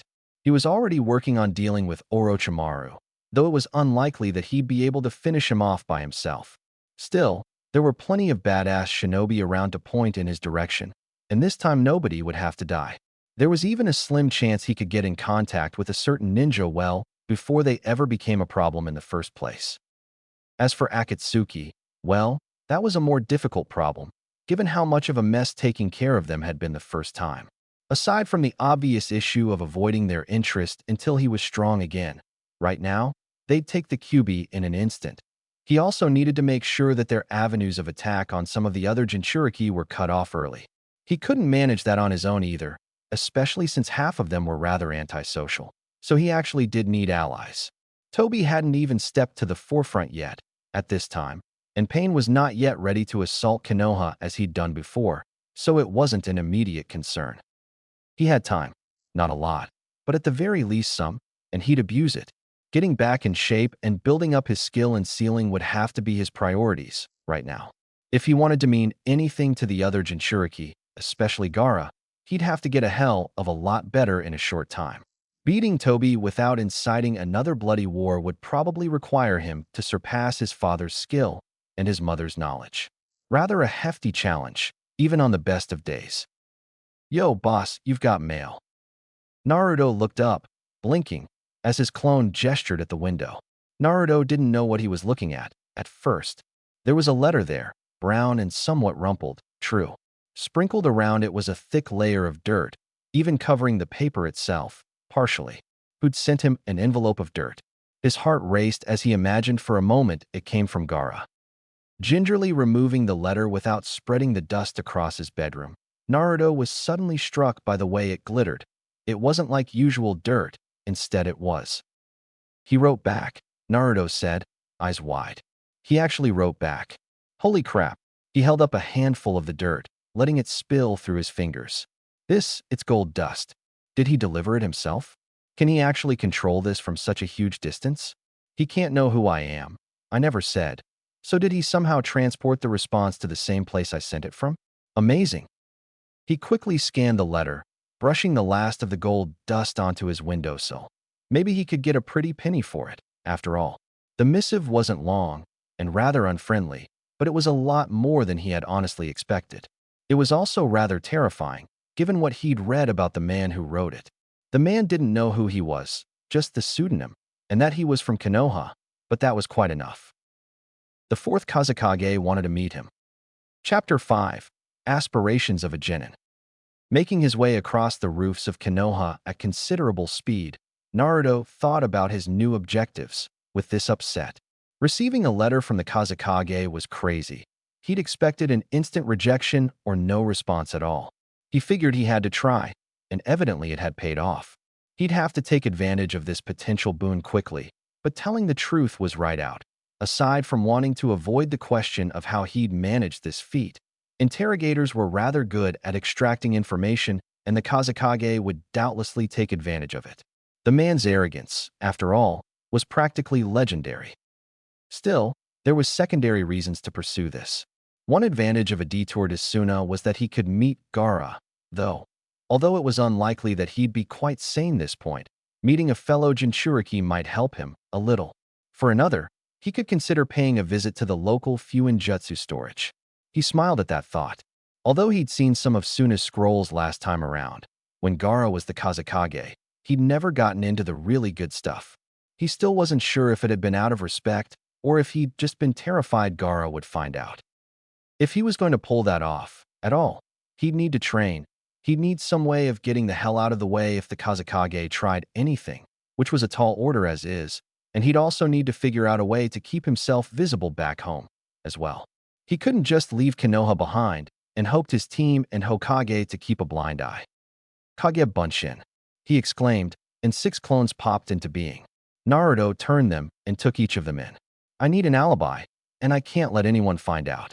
The coming days should only contain D-class missions, so this shouldn't be too hard, but I won't be around to get you guys new chakra. He reached into his jacket and smirked. Luckily, I still knew how to make this. That's a summoning scroll, one of the clones said, then widened his eyes. Oh right, we used those to get more nature chakra for Sage Mode. Haven't used those in forever though. They were only necessary when Kyuubi was still around. This one can't really keep nature chakra, but it should suffice for regular shadow clones, Naruto reminded. He grimaced, then. I should make more, given that I've got the fox back. Perhaps the toads will notice those seals, but I doubt it. I'm pretty sure I've dissected them down to the basics dash. I'll give you a good stack of the things that already contain prepared shadow clone. You need to fill them in real quick on what's going on, but they should persist long enough that I'll make it back before they run out. Just be careful you don't pop too many. All right, boss, the first clone said, saluting. We'll do the all-important job of hunting cats and painting fences. He snickered. I'll probably prank the Uchiha bastard too. Hope you don't mind. Naruto rolled his eyes, handing over the seals and frowning. Keep yourselves out of too much suspicion. No stealing scrolls until I get back, and avoid getting Kakashi-sensei interested. I will be here to switch out you for a few more days until I leave, but then you're on your own. As he left the group behind, Naruto tried to ignore the worry that crept up on him. Naruto, where have you been? Sakura asked, fuming. You were supposed to be here 15 minutes ago. The blonde walked over and glanced around. Kakashi-sensei's not even with you yet. Or Sasuke, for that matter. He rolled his eyes. Lighten up, Sakura-chan. Sakura scowled. That doesn't mean you have to be late too, you know. Naruto shrugged, slumping down against the bridge and retrieving a little notepad from his breast pocket. The paper was orange, of course, and Sakura groaned.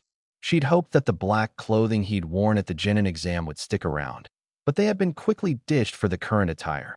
Unfortunately, even this new outfit still had a lot of the unsightly orange that he'd been wearing for years, which just got on her nerves. Naruto retrieved a pencil and immediately started sketching, muttering under his breath.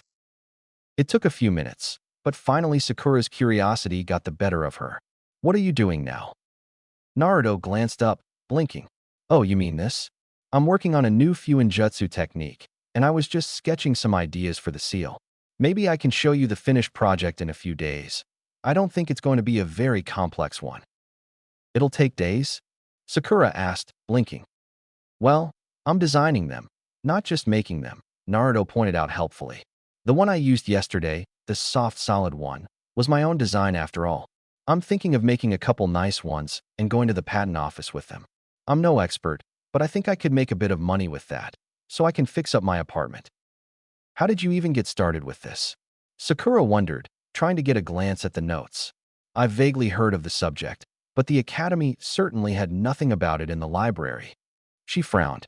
In fact, I think Irika explicitly mentioned it was one of the most difficult fields of study that existed, and most ninja know no more than explosive tags. Yes, well, that's what they say, Naruto answered idly. Here, I can show you a few of the basics, as I know them.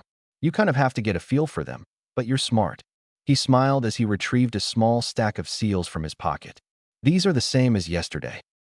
Sakura picked up one of the seals and studied it. It was relatively simple overall, though she had no idea what any of the bits and pieces meant. The symbol was circular in shape with sequences of unintelligible symbols making up the circumference.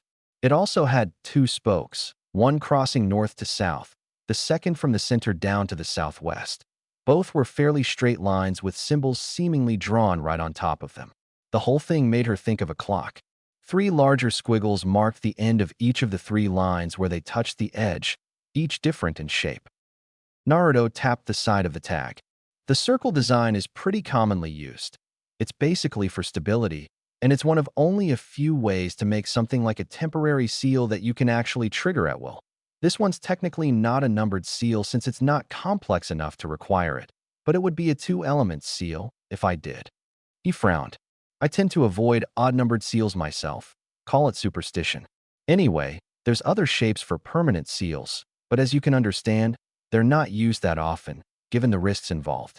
You can make a permanent seal with only the circular element, but you need to be pretty good. You actually know what you're talking about, don't you?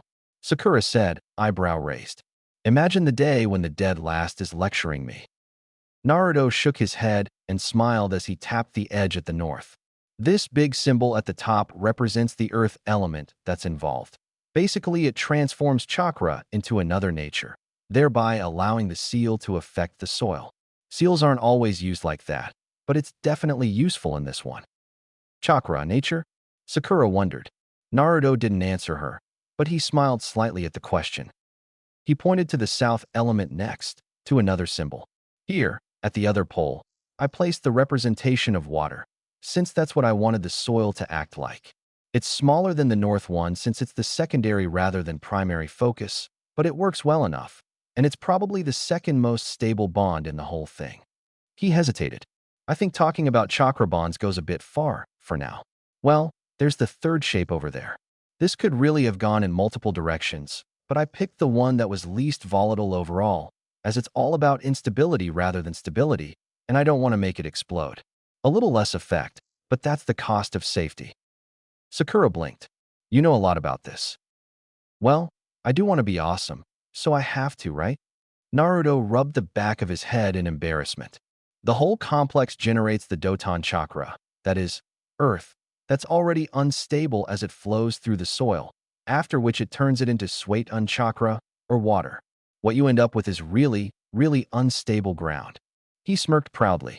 It has some bugs, but it's already good enough to allow a properly prepared ninja to dig underground and hide there, without even having the Doton chakra nature. Chakra nature. You already said that just now. I think Irika-sensei mentioned it, Sakura recalled with a frown. She looked at the seal in contemplation. What's this supposed to say, anyway? It looks like a bunch of scribbles to me. Naruto rolled his eyes. Sakura, the description I just gave was pretty much as elementary as I could put it.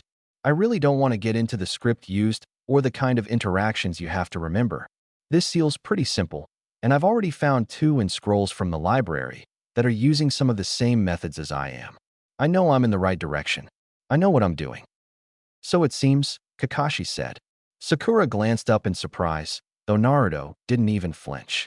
Right above them, holding his little book, sat their sensei. Sounds pretty good, Naruto. I might try out that seal of yours later. Maybe I can let you know what you can improve. Sure, sensei. Naruto replied, getting up. Hey, Sasuke, ready to come down? HN. Sasuke flipped to the ground from the branch he'd be sitting on and landed softly, his hands in his pockets. Sakura shook her head in confusion. You were all here already? Nah, Sasuke arrived about 5 minutes ago, Naruto offered. He just didn't say anything, and he can be pretty quiet. Kakashi-sensei's been around since before I arrived, probably reading that book of his. Sakura didn't miss the surprised look from their sensei as he too jumped down to the ground and stashed his literature in one of his pockets. You managed to keep an eye out while making notes and talking, Naruto? It was easy enough. You weren't actually trying really hard to keep hidden. He got up, waving his notebook. When I finish this seal, I think you'll want to look at it, sensei. It's supposed to enhance the lightning element, so combining it with someone who has that nature would probably be awesome. It should work well with your assassination techniques, too. Kakashi smiled. Well, until your other teacher gets in town, I guess I'll offer my services. Now, though, we have to do something else. He turned to the other two genin. Since we're all here now, and not that late dash. Why are you so early anyway? Naruto cut him off, frowning. Early? He's half an hour later, dimwit. Sakura shook her head in a huff. Honestly. Right, that's what I said, early. Naruto blinked at the silver-haired jonin. You're legendary for being at least 2 hours tardy for practically everything. So what gives? Did you lose a bet with someone over our passing the exam, or something? Kakashi shrugged, looking pointedly at the blonde for a moment. I have some obligations this afternoon, so we'll have to make sure to have our task done before I leave. Now, we'll be starting with D-class missions like all genin teams. I managed to get a nice and easy one to start you off with, so we should get right to it. What's this nice and easy mission? Sakura wondered. Cleaning the Hokage monument, Kakashi answered, sighing. Someone's seen fit to paint it with bright colors, and the civilians want it back to normal again. Damn it, Naruto, Sakura called, smacking him over the head.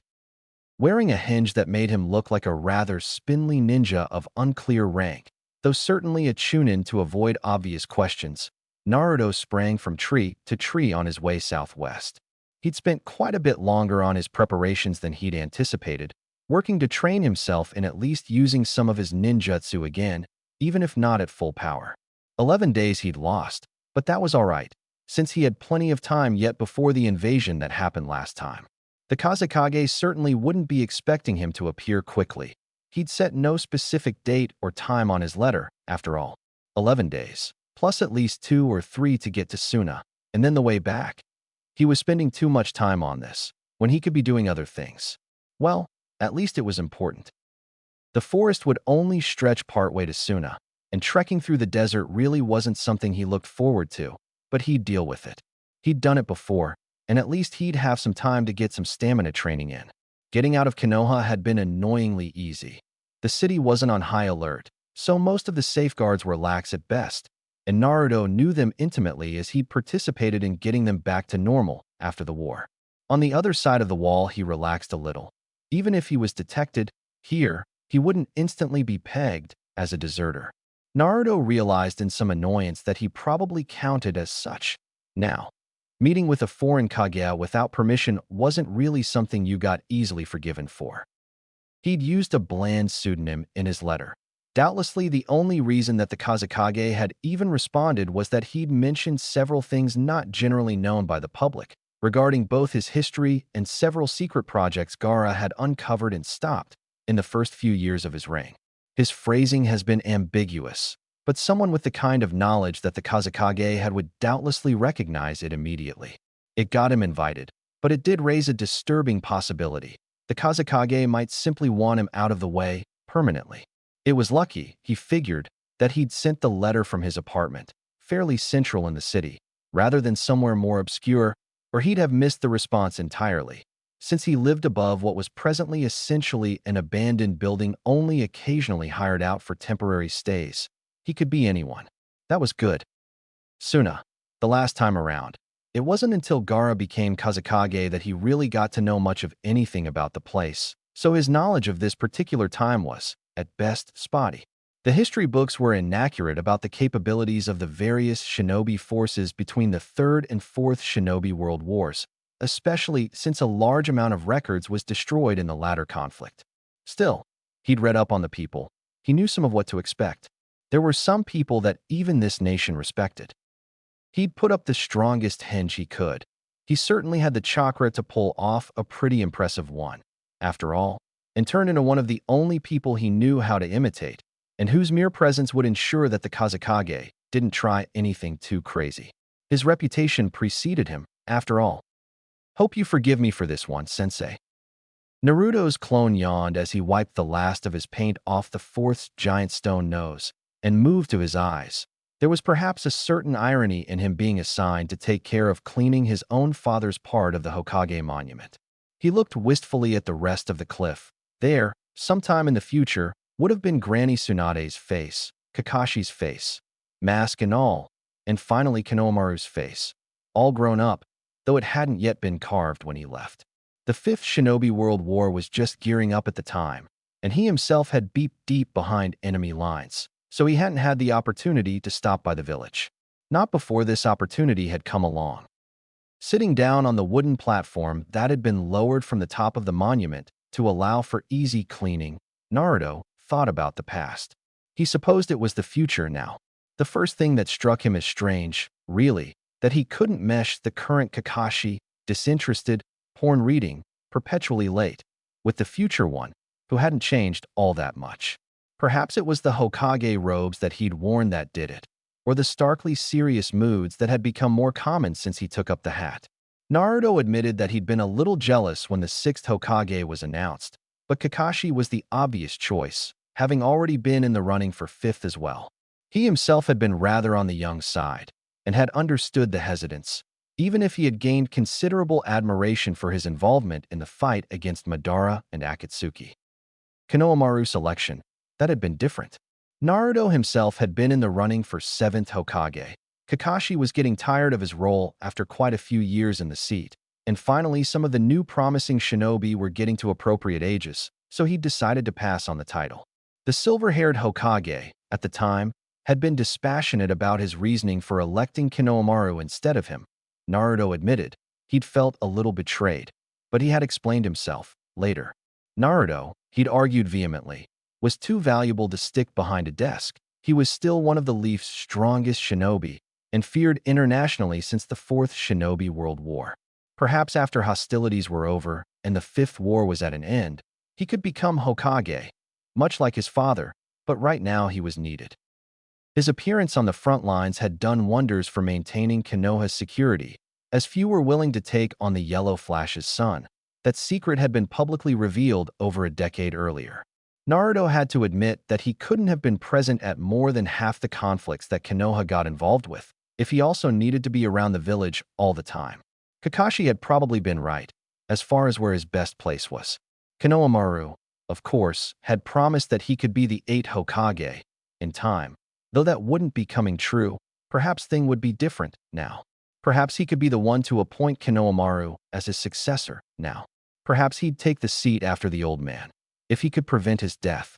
5th Hokage Naruto, Jinchuriki protector of the leaf, right next to his father on the monument. Yeah, that sounded good. Unlike his young years, which he'd now reclaimed, Naruto had ended up being a specialist in assassination and infiltration missions, even before Kakashi's belief that he was at that time what he himself had been. One of Konoha's shining beacons, who kept everyone else from doing stupid things, and who showed the strength of the village to the outside world. It was unfortunate that peace had not persisted as it had for a few years after the war, but the shinobi world, it seemed, was not yet ready for change. Had Nagato been right, after all? The exact moment he decided that if war couldn't be stopped by brute force, it might be via traditional shinobi values. He wasn't sure.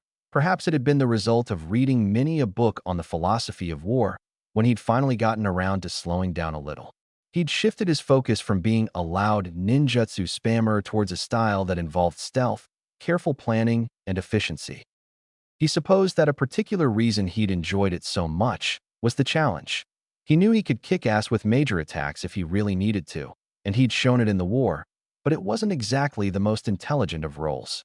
Infiltration, in particular, was a challenging and highly entertaining type of mission that he'd been completely unfit for. He'd never even thought about acting and worn his emotions on his sleeves.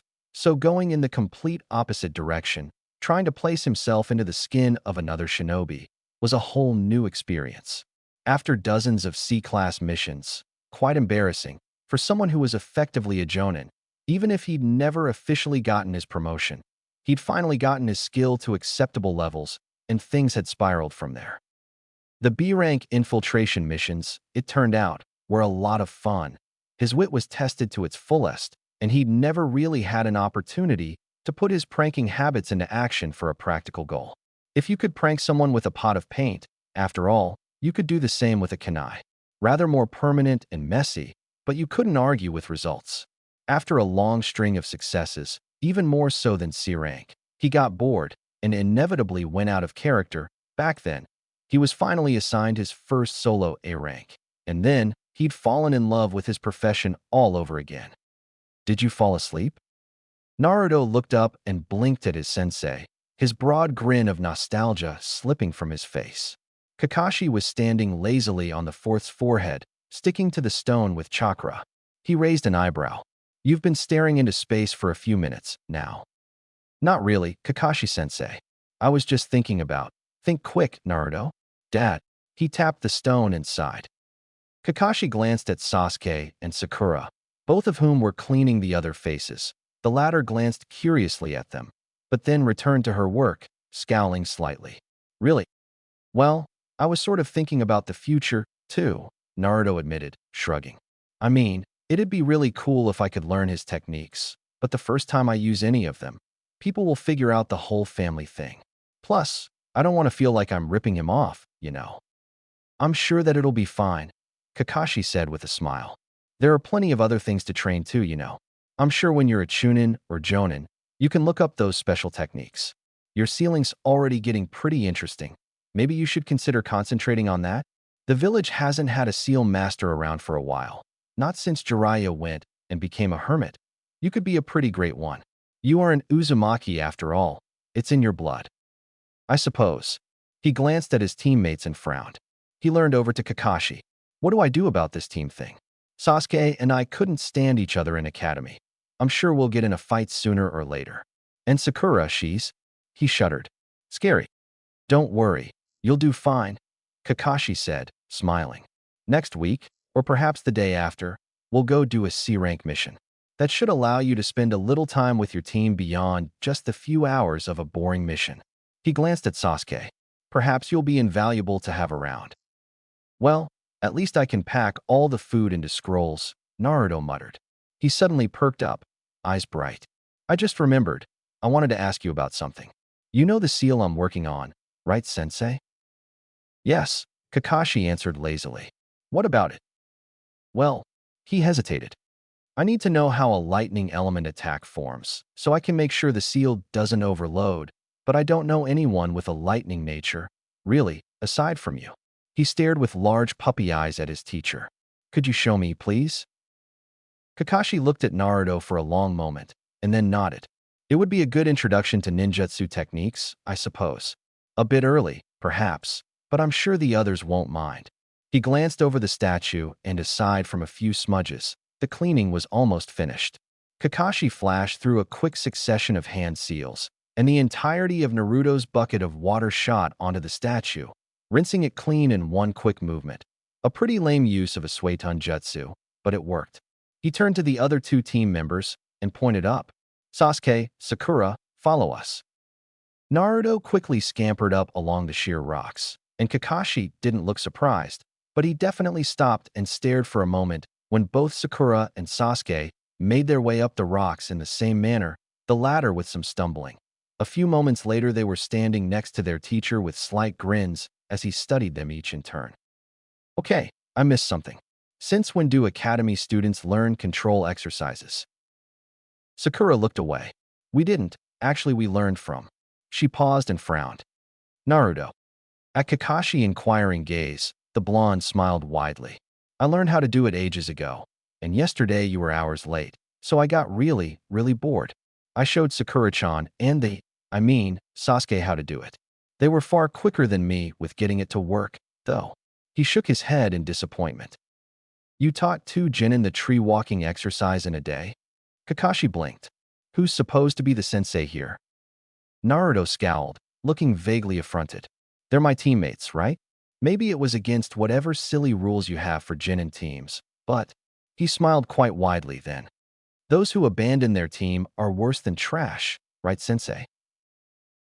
Kakashi shook his head tiredly. Moving on. Naruto, if you want to learn anything from this, maybe you should pay close attention now. He turned around to one of the few logs that were placed up here above the monument for training purposes. They were actually guys, Naruto knew, but he and Kakashi would probably make up for the destruction of one of them with a friendly crazy game, or something. Soon you will be learning ninjutsu beyond your usual attacks. Sasuke already knows several katan techniques, fire, but there are other natures, and you will likely be learning some of them as you become Chunin. Kakashi shrugged idly. That doesn't mean one should ignore training before that time, though.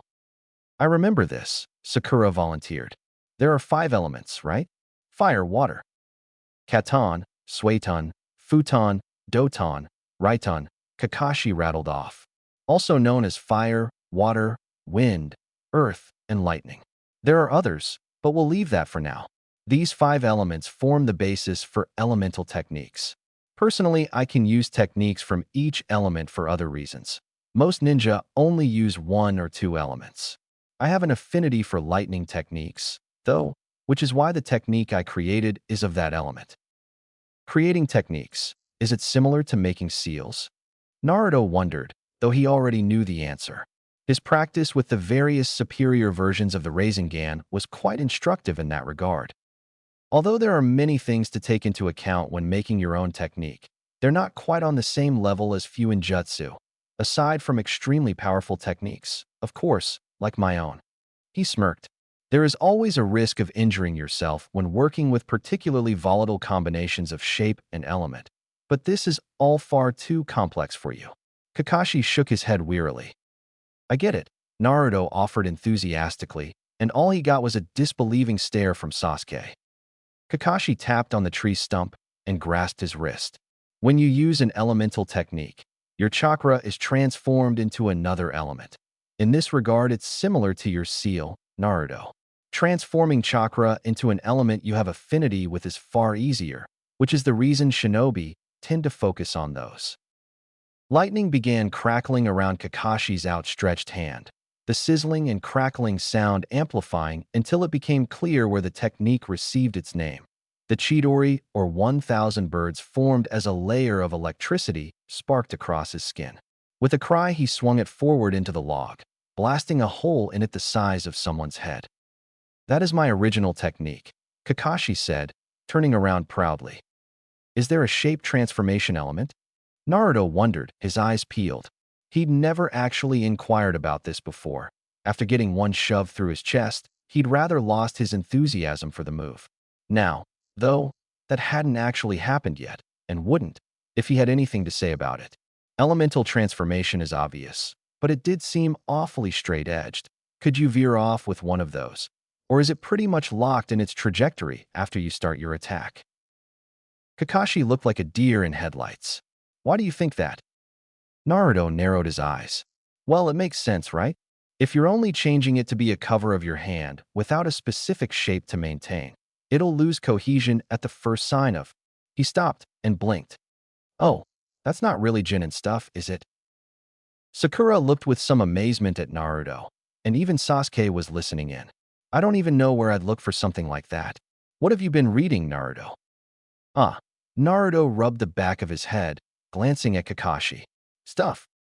Perhaps it's smarter if you read Genin-level books instead of Jonin-level, Kakashi pointed out, shaking his head.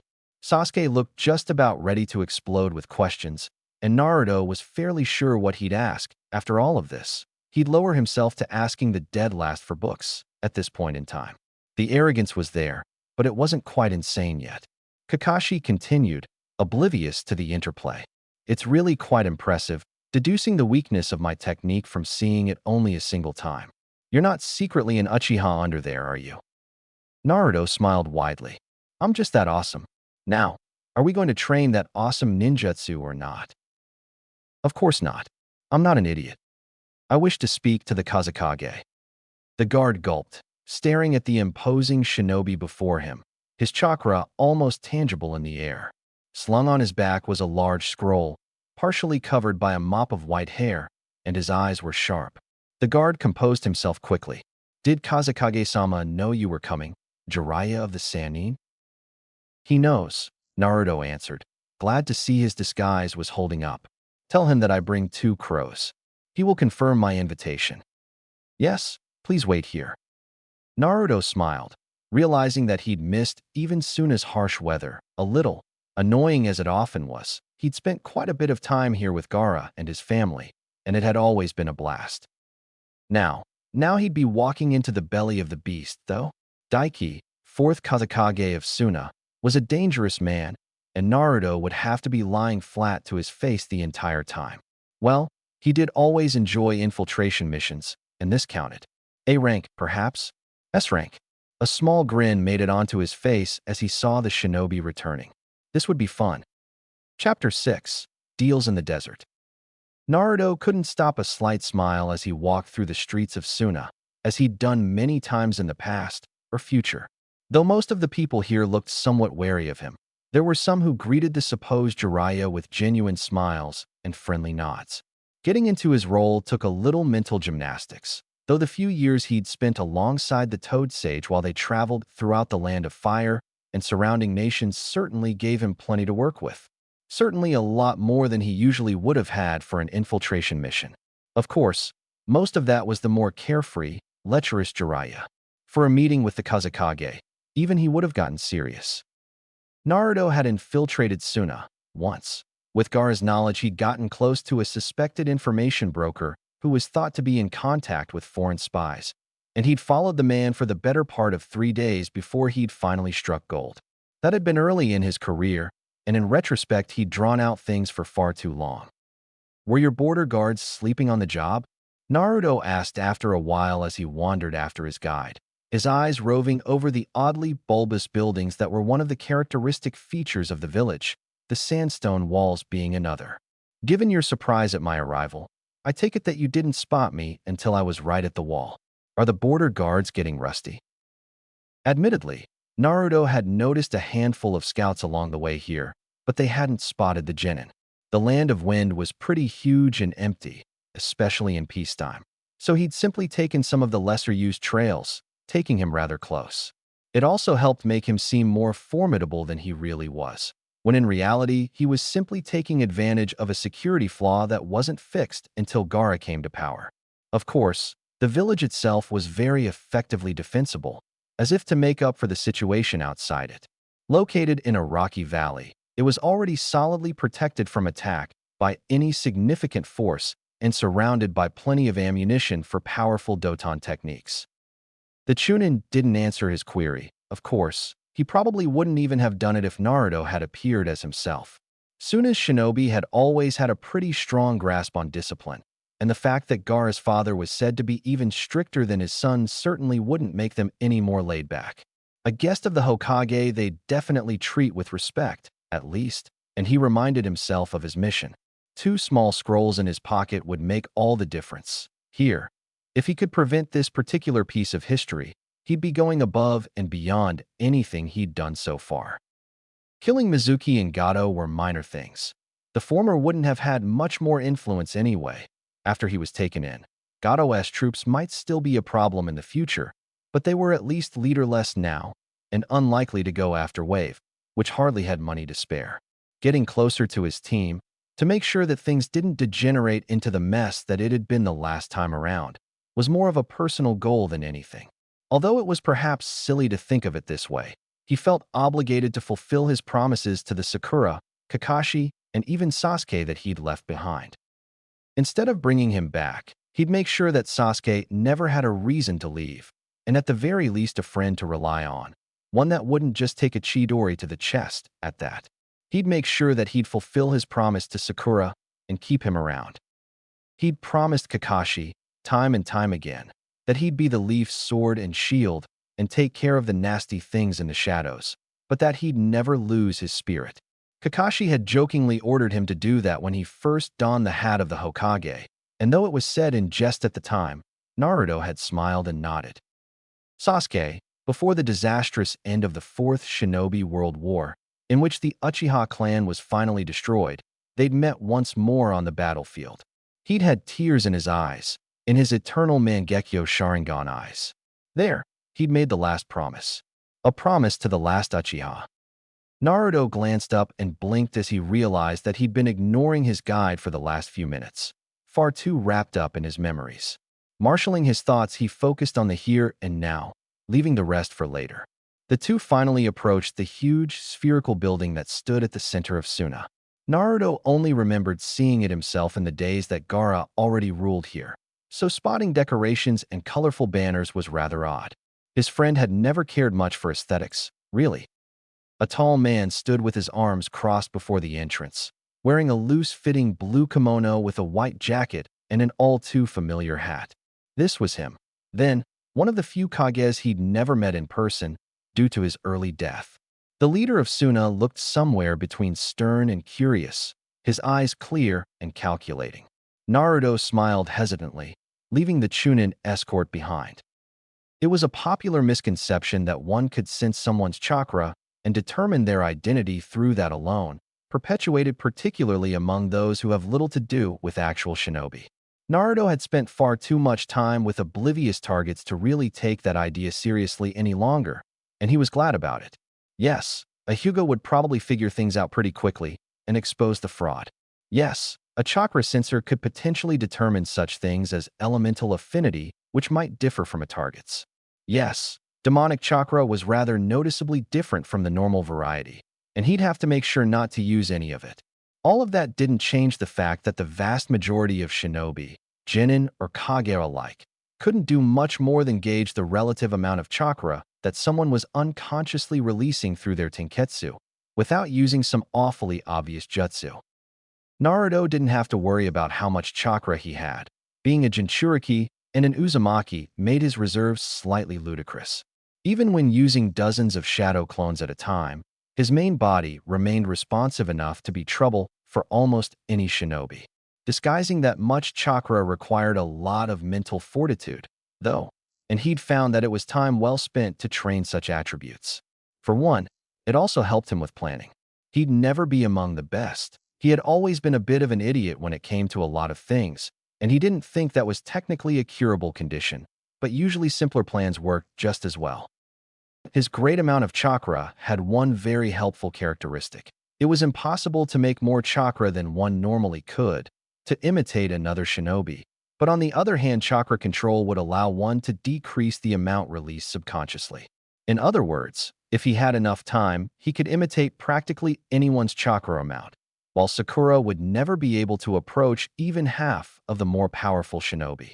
Though, Naruto remembered, with the kind of skills she'd learned from Tsunade, she didn't need that. Thankfully, he spent more than enough time with Jiraiya to have a pretty accurate idea of his chakra reserves, and he could match that easily enough. Kazekage Dano, he muttered at last, bowing slightly. Jiraiya of Konoha, one of the notorious Sannin, the Kazekage responded.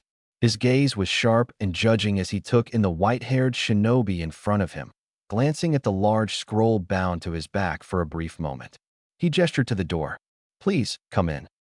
Naruto followed, appreciating the differences between the current building and the one that Gaara had maintained while he was the Kazekage. There were a lot more pictures and paintings around, this time, and there was a vaguely golden sheen to many things. That was probably courtesy of the Kazekage's manipulation of gold dust, which he'd used to respond to his letter. He was led to a sizable conference room that was presently empty, and a shiver ran down Naruto's back as he realized that this was the place Gaara usually met with civilian leaders and foreign kage, as it was easily defensible. A large round table made of sandstone dominated the middle of the room, with chairs all around it. The door closed behind him with a muffled thump. It was then that the Kazekage turned to Naruto with narrowed eyes. raising his arm as a stream of gold dust spread around it, forming what appeared to be a glove. The letter you sent me contained a great deal of information that is not publicly known. Has Konoha fallen so low that they would spy on their own allies? Naruto swallowed. The information I gave in my message was that which I have personally found out from sources outside this nation. There is a distinct lack of tactical information, as you might have realized. Knowing the personalities of foreign Kage is merely good business and hardly against any laws. He smirked as the Kazekage scowled. As you have already surmised, the message I sent was a ploy to gain an invitation. A private one at that. He raised his hand, and a spinning blue sphere formed in it in an instant. Even the Kazekage would recognize the Rasengan. I don't wish to get violent, but I will if I need to. You know my reputation.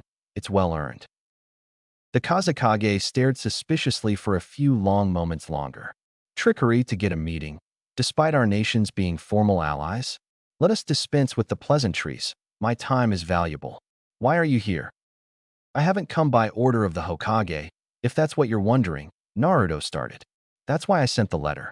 Though I respect him and his ability to keep secrets, there are those within the village that are less than honorable, and I would rather keep this matter from spreading too far.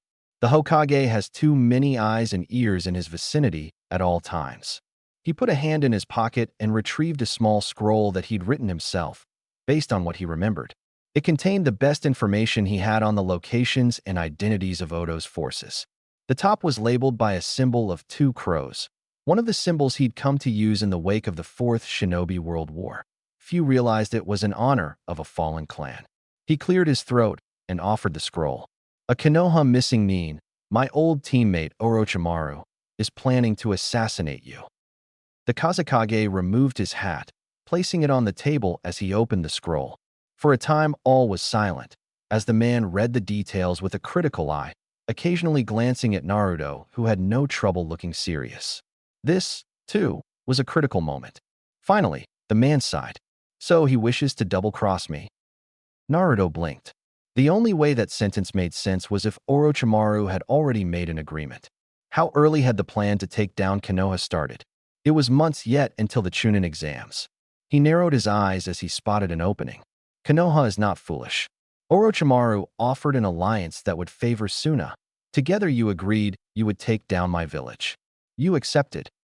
The Kazekage's gold dust swirled agitatedly as he shook his head. I placed the good of my own village first and foremost, as is my duty as Kage. He hesitated briefly and then sighed. So Konoha knows. Naruto would have grinned if the timing wasn't so awful. We've known what Orochimaru was planning for some time, but recent events required intervention, he said, turning his glare at the Kage. You were planning to break the alliance agreement with Konoha. Betrayal is a serious crime, and you will realize that something like this cannot be ignored. You may kill me, though it may be harder than you suppose, but that knowledge would not vanish. The most likely future that awaits you is filled with blood and strife. Right now, though, there is still a road away from the precipice of war. Compared to his original plan, to secure stronger ties with the Kazekage and prevent his murder, this opened new possibilities. The man clearly had not expected Naruto to know about the would-be alliance with Orochimaru, and any element of surprise was now lost, it would seem to him. The Kazekage, if he was half as wise as Gaara turned out to be, would realize that preventing a war with Konoha was worth quite a lot. They'd required another nation to even consider an invasion, and it was doubtful Odo would go beyond its agreements and actually defend the desert nation. You came here to state your demands. That's what this is about, the Kazekage realized. Is that why Sarutobi isn't the one here? He would not have the heart for solving problems via underhanded trickery, I'm certain. You wished to stop a conflict without him aware that it would ever have happened then. Naruto ignored the jibe, scowling. Cancel all agreements with Orochimaru and his shinobi, and there does not have to be a war of retaliation this time. Right now, only a few people know about Orochimaru's plans, and 2/3 of them are in this room. Naruto worriedly realized that technically all of them were in this room, even if the real Jiraiya might already suspect some things. Make up for your transgression, and we will both walk away from this alive. The Kazakage narrowed his eyes. How can you possibly offer this? You mean to tell me that Konoha would not pursue would-be invaders? I did not think your nation would have reconsidered the consequences of treachery. Naruto smiled. I never said there would be no toll on this road, did I? We will return to that. Turn on Orochimaru, and Konoha will not begin a war with you. We have a quarrel with Orochimaru, as you can imagine. It takes precedence over petty squabbles over ill-planned invasions. The destruction of Odo's shinobi forces would go a long way towards repairing the damage done by your mistake. You are asking me to betray your own teammate. Naruto shrugged. Is betraying those who would betray you so deplorable? Orochimaru will consider you a traitor, perhaps, but he won't dare to attack a Kage in his own city, not without a lot of backup, which would start a war in itself. Conflict will erupt, of that there is no doubt. It will be with Konoha or Odo. Choose wisely. The Kazakage frowned, staring at the scroll for a long time. Finally, he snarled and dropped it. You spoke of a toll. What is the price of this peace? Naruto smiled thinly. Your son. Dead last. Naruto's clone turned, blinking. Sasuke sat few feet away, his fingers entwined as he gazed with narrowed eyes over them. A shiver ran down his back as Naruto nodded. You've been keeping secrets, Sasuke stated. You're better than you've let on in the academy. What? Why what? Why didn't I play the big show-off, like you? Naruto snorted. You know how people treat me. It's not about something silly like playing pranks, either.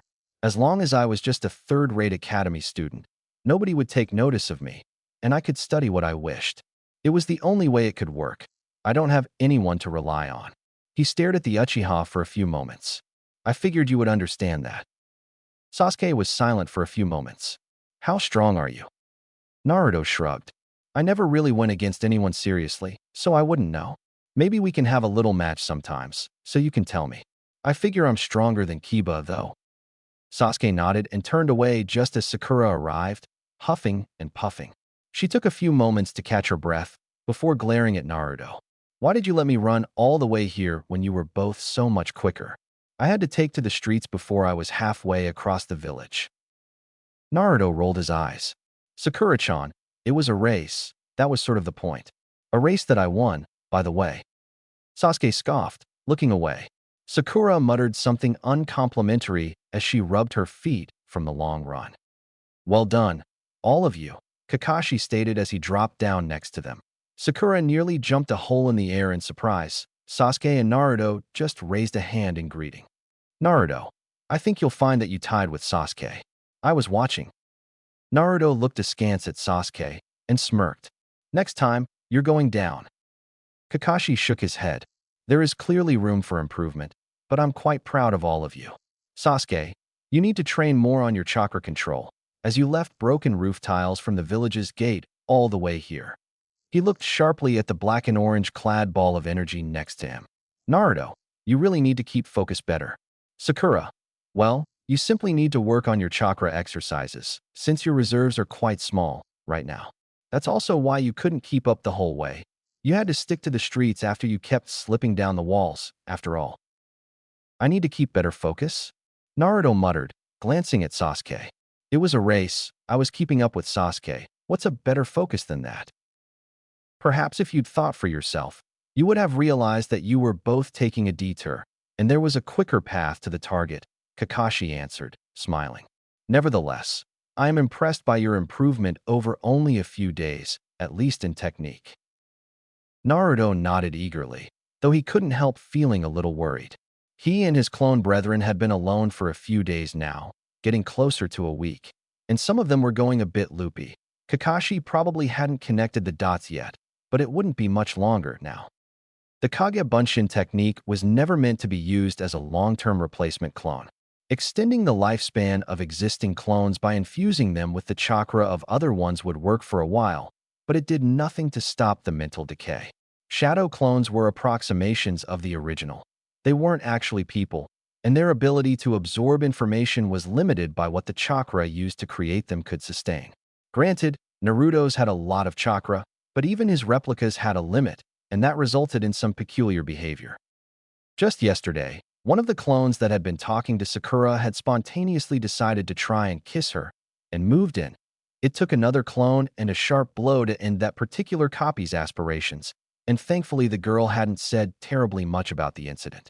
The day before that, one of the longest-living clones around had decided that there wasn't any reason in waiting and decided to take down Kabuto himself. He too was stopped by the others. This self-policing would work for a time, but sooner or later the defective clones would outnumber the regular ones. Thankfully, though there were quite a few clones that ended up focusing on one particular aspect of the original's character, some of those were good things. Two clones had gotten thoroughly engrossed in making seals, to the point where they almost didn't need to talk anymore, understanding each other's thought processes instantly. They were technically the same person, after all. A third had ended up being an academic, interested in studying and spreading information. He was the first of the clones to mess up with the team and started expounding on things he really shouldn't, but the damage was minimal. Then, there was him, the clone that had focused on the team, to the exclusion of almost everything else. He'd promptly been chosen to continue working with them. He certainly hadn't complained. A stray thought about how strange it would be for the boss to receive such oddly warped memories from different aspects of himself occurred to him, but the clone figured that such thoughts were better left for someone else. "I believe that we're just about done for the day," Kakashi noted, smiling. "We'll go for another race when you've all had time to improve." There were 3 nods, and Naruto saw his opening. "Kakashi-sensei, I finished that seal we talked about," he blurted suddenly, grabbing the small tube that contained it from his jacket. "Before we go, could you take a look?" He removed a single seal and quickly handed it to his teacher. This design was considerably more complex than the one he'd shown to Sakura, though it looked deceptively simple, due to the fact that several bruise strokes were covered by others, separated only by a very thin layer of resin. It was a time-consuming process to make these, but he had half a dozen ready, and had already tested out one himself. Kakashi looked critically over the seal, glancing at Naruto with an uncomfortable level of respect. Naruto had a suspicion that the man was seeing rather someone else in his place. "Well, we already finished today's mission, so I suppose we have a little time," Kakashi agreed. The seal quickly started to glow. He placed it on the ground and backed away. The seal sparked into activity, and there was a brief but intense electric surge through the air as little arcs crisscrossed across the soil. The sound was remarkably similar to that of Kakashi's attack, the Chidori, and the man smiled in recognition. Finally, it died down, and the seal fell apart into little pieces, burned out. "That looked like it worked," Kakashi muttered, glancing speculatively at Naruto. "You specifically made this for my attack, didn't you? That was too close to be a coincidence." Naruto rubbed the back of his head nervously. "It's just an experiment, really. I thought that it wouldn't make sense to make really generic ones, so I limited it the same way as your attack." Kakashi nodded, grabbing a second seal from Naruto's hand and, after a moment of consideration, placing it on the back of his own. Grasping his wrist, he prepared to unleash the Chidori. In an instant his hand sparked alight with the full force of the attack, and then some. The right unchakra coated his entire forearm now, and it didn't appear to be harming him. "Incredible," he breathed, before quite suddenly the attack vanished, the last of the technique dissipating into the air. He coughed as acrid smoke spread from the burned-out seal. "Great," Naruto exclaimed, turning to his teammates. Both of them had been looking on with interest, and Sasuke in particular was eyeing the seals. "That looked pretty cool," Sakura admitted. "Sasuke-kun, you should learn a lightning technique. Then you could dash." Sasuke cut her off. Dead last, Naruto. Naruto looked at the Uchiha in surprise. "Yes. Make one of those for Katon, if you have the time. I'll test it for you." Naruto's smile couldn't be wider as he nodded eagerly. "This is an admirable first version, though there are obviously some drawbacks to this design," Kakashi commented, tapping Naruto on the head and attracting his attention. "I'd call it a C-class seal, which is actually pretty impressive for a genin." He gazed down with a stern look, then, "No more experimentation until your teacher arrives, all right? Especially no tests with your teammates. One of those seals could kill you if you don't know what you're doing." "Yes, sensei," Naruto answered tiredly. "When is my teacher supposed to be here, anyway?" "Just keep an eye on the bathhouses," Kakashi muttered. "You cannot be serious," the Kazekage exclaimed, fuming. "Oh, Don't worry, you're probably thinking of the wrong son, Naruto answered lightly, brushing his long white hair out of his face. I am talking about the one you attempted to assassinate on several occasions. The Kazekage glared. Gaara, why do you even bring this up? You know what he is. The Kazekage's gold dust swirled around his feet in agitation. I cannot afford to lose such a valuable asset merely for the promise of continued peace. The demon is killing him, Naruto observed, and the Kazekage started. Shikaku is slowly draining away what little sanity the boy has left, and you're aware of it. Otherwise, you would never have tested him. He savored the shock that appeared in the Kazekage's eyes at that statement. In time, you will not have a son. You will have the one tail free in your village, channeled through a mindless body. It will destroy the entire village before it bothers to move on. So, what? You are taking him away for the safety of Suna, the Kazekage asked. I don't believe a word of it. I am a seal master, as you know. Naruto silently apologized for stealing the title he'd hoped to gain himself. Someday. I wish to repair the inferior seal the boy currently has. I will not, however, do this when there's a risk that he would be used as a weapon against us. As such, I would take him away from here, until such a time as our alliance is once more secure. Gaara cannot be controlled or reasoned with, the Kazekage said shortly. That is my concern, not yours. He will officially remain a shinobi of Suna, as he is now. Naruto shook his head, staring at the Kazekage. I will not take his choices from him. I will merely remove some of yours. I know you do not consider him of a higher value than this village's safety. I have experience with Jinchuriki. I know how to approach these beings. Take the offer. Gaara's freedom from Suna's loathing. That was one thing he could make sure of now. Yes, the Kazekage's son would still be the insane murdering bastard he'd originally been at the Chunin exams. Yes. He'd probably get quite upset when he realized that the one who had bargained him away from Suna was no older than himself, at least physically, and had done so under false pretenses. The presence of the QB would probably not make things any easier, either. But it was Gaara.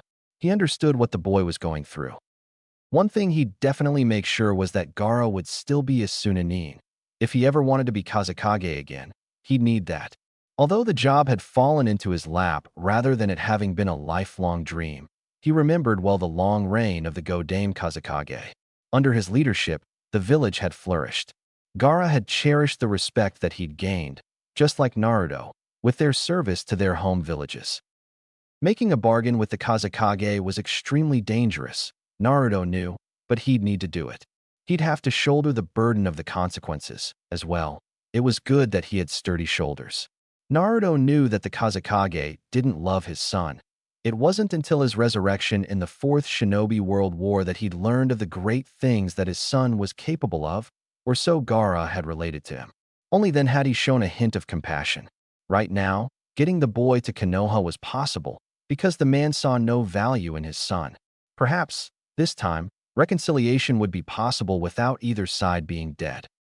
The Kazekage muttered something under his breath, shoulders slumping. Very well then. Gaara will go to Konoha, but only for a year. After that, he shall choose to abandon his home village entirely or return. That, and distancing myself from Odo, is what I can give in exchange for the continued alliance. Naruto nodded. Then we are agreed. Where is the boy? The Kazekage looked away. Find him yourself. I wash my hands of this whole affair. The man turned away and opened the door, leaving without a backwards glance. What a cold person, Naruto muttered, wandering out of the Kazekage's building with a deep frown. This wasn't going to end well. The Kazekage would not so easily get rid of a Jinchuriki. It had been an opening shot, a bargaining chip. He hadn't expected the Kazekage to immediately accept. More likely than the man being compliant was that he saw it as an opportunity to have the Ichibi in Konoha, without needing the Chunin exams as an excuse. Perhaps he still intended to invade Konoha on his own, or betray him as well, and maintain the agreements with Odo. What he needed, now, was the sensible Gaara. Without him, the Suna invasion plans would collapse. Without him, any clever trickery the Suna leader had invented would be pointless. He rubbed his temples and groaned. Another shadow clone had popped, back in Konoha. He was running out, and the last few had been decidedly, Odd, in terms of memories. That wasn't really new. He'd spent 10 days away, once, leaving a legion of shadow clones behind, and by the 8th, they decided to make a giant human pyramid in the middle of town. He was running out of time, and Kakashi was getting suspicious of the increasingly erratic Naruto. Before he went back, though, he needed to fetch Gaara without getting crushed, and he needed to find one other citizen of Suna. Chapter 7. Prison for a Demon. Somewhere between his arrival and now, he'd gone insane. Naruto had concluded as much shortly after reaching the walls of Suna, barely capable of holding in a laugh at his successful ruse. Infiltrating the hidden village and manipulating the Kazekage were completely nutty ideas, and he'd pulled them off. Even now, dozens of carefully concealed clones were ransacking the place for anything that might be of use. If they got caught, they could simply pop out. Thus far, not one of them had caught a trace of Gaara. It seemed like he wasn't in the village at all. That only left the desert. Then, he knew from the older version of Gaara that was a place he'd often go to be alone, to avoid the people.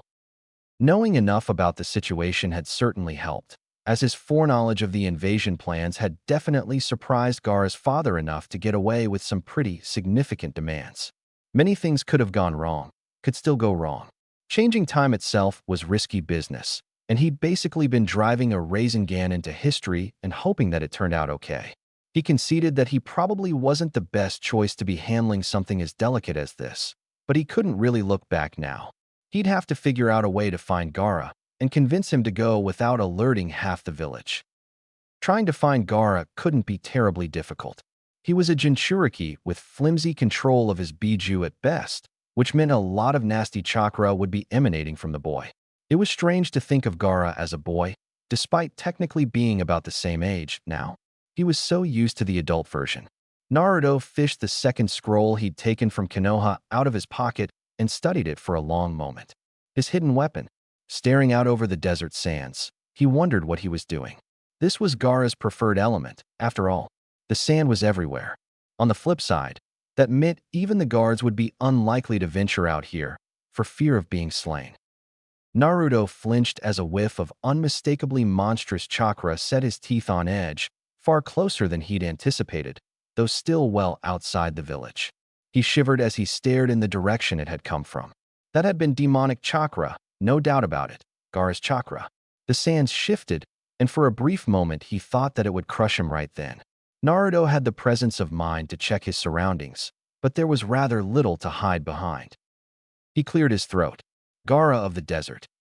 The vast billowing clouds slowly moved aside, seemingly out of sight, but Naruto was well aware that Gaara was surrounding him. That was a favored tactic of his, after all. Thankfully, this particular move would no longer work on him, now that he knew the Rasengan. He'd blast right out of the prison before it could properly form. Have you come to try and end my existence? The voice was ragged and sharp. Naruto winced at the erratic tone, too. This was Gaara before. He had to remember that. Gaara of the desert.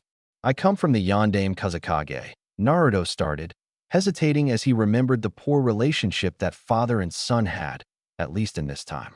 He has agreed to let you spend a year in another location, in my hometown. It is already done. We have to leave immediately. The red-haired boy scoffed, the sand now churning below his feet, and tendrils of swirling sand rose up from the soil. Naruto forced himself to stand his ground. Finally, the boy spoke again. So, father sent you? Did he want you to kill me too? His voice suddenly had a rough quality to it, and Naruto wondered what he was getting himself into. He hadn't come here to fight Shikaku again. Gaara narrowed his eyes. I will not let you end my existence. I haven't come to kill you, Naruto explained, but Gaara didn't react. Suddenly he approached. A vicious smile stretched across his face as his sand poured closer from all directions. Crap. Without rules or regulations in place to limit him, Gaara had few reasons to suppress the Ichibi. Naruto needed to remember to get in contact with Kankuro and Temari as soon as this mess was cleared up. He sighed. You know, I really didn't want it to come to this. We've barely even met. I don't know you. You mean to kill me. All that come here want to, Gaara said. To live I must kill, and you are my prey. Naruto shook his head as Gaara's sand suddenly shot forward. 3 clones popped into existence, throwing themselves at Gaara while the real Naruto backed away. Gaara, I don't want to kill you or hurt you. Calm down. Don't let it control your mind. He grunted as the sand crushed one of his clones, and he gained its uncomfortable memories. If you don't control it, I'll have to get serious. He wiped a lock of white hair out of his face, getting ready to evade the sand once more. Gaara glared madly at him, Shikaku lurking barely below the surface now. The creature's demonic chakra inundated the air, and the Kyuubi sensed it. He knew. The seal on his stomach seared painfully as the Biju attempted to infuse demonic chakra into him to keep him alive against this kind of foe. The fact that he wasn't currently enraged was the only reason it hadn't taken control as it had that first time on the bridge in Wave. Well, this was going to get messy. Naruto took a firm hold of his emergency scroll and yanked it open. This was one of the few seals he hadn't designed himself. It was too far beyond his skills, even now. He'd copied from Pervy Sage's notes, years after the man had passed away in the fight against Nagato. It was also one of the few seals he'd actually memorized, at least of this complexity. Fuinjutsu. He tried as he began to pour chakra into the seal, but Gaara crashed through his clones, approaching with unrestrained madness as the desert came alive around him. Naruto had to defend himself, interrupting the process. Shikaku wasn't going to give him the time he needed to place the seal. It instinctively knew what he was attempting, it seemed. Gaara didn't normally move in a fight. His whole style was designed to take advantage of his ultimate sand defense. He was already using his arms to cover his chest, blocking off the seal that held the tailed beast in its container. Calling on the Kyuubi's chakra would be a bad idea. Suna sentries were doubtlessly used to the Ichibi's emanations, but adding another demon, a worse one, would attract a lot of attention. That was assuming there were no Yanbiyu around from Suna, which he expected was the case. Still, that wasn't the only option he had. Raising his hand, a glowing blue ball of chakra spun into existence. Calling the Council of Clones to order. It had become something of a habit over the last few days. A varied collection of shadow clones sat, stood, or hung around the apartment, most of them uninterested in what was going on.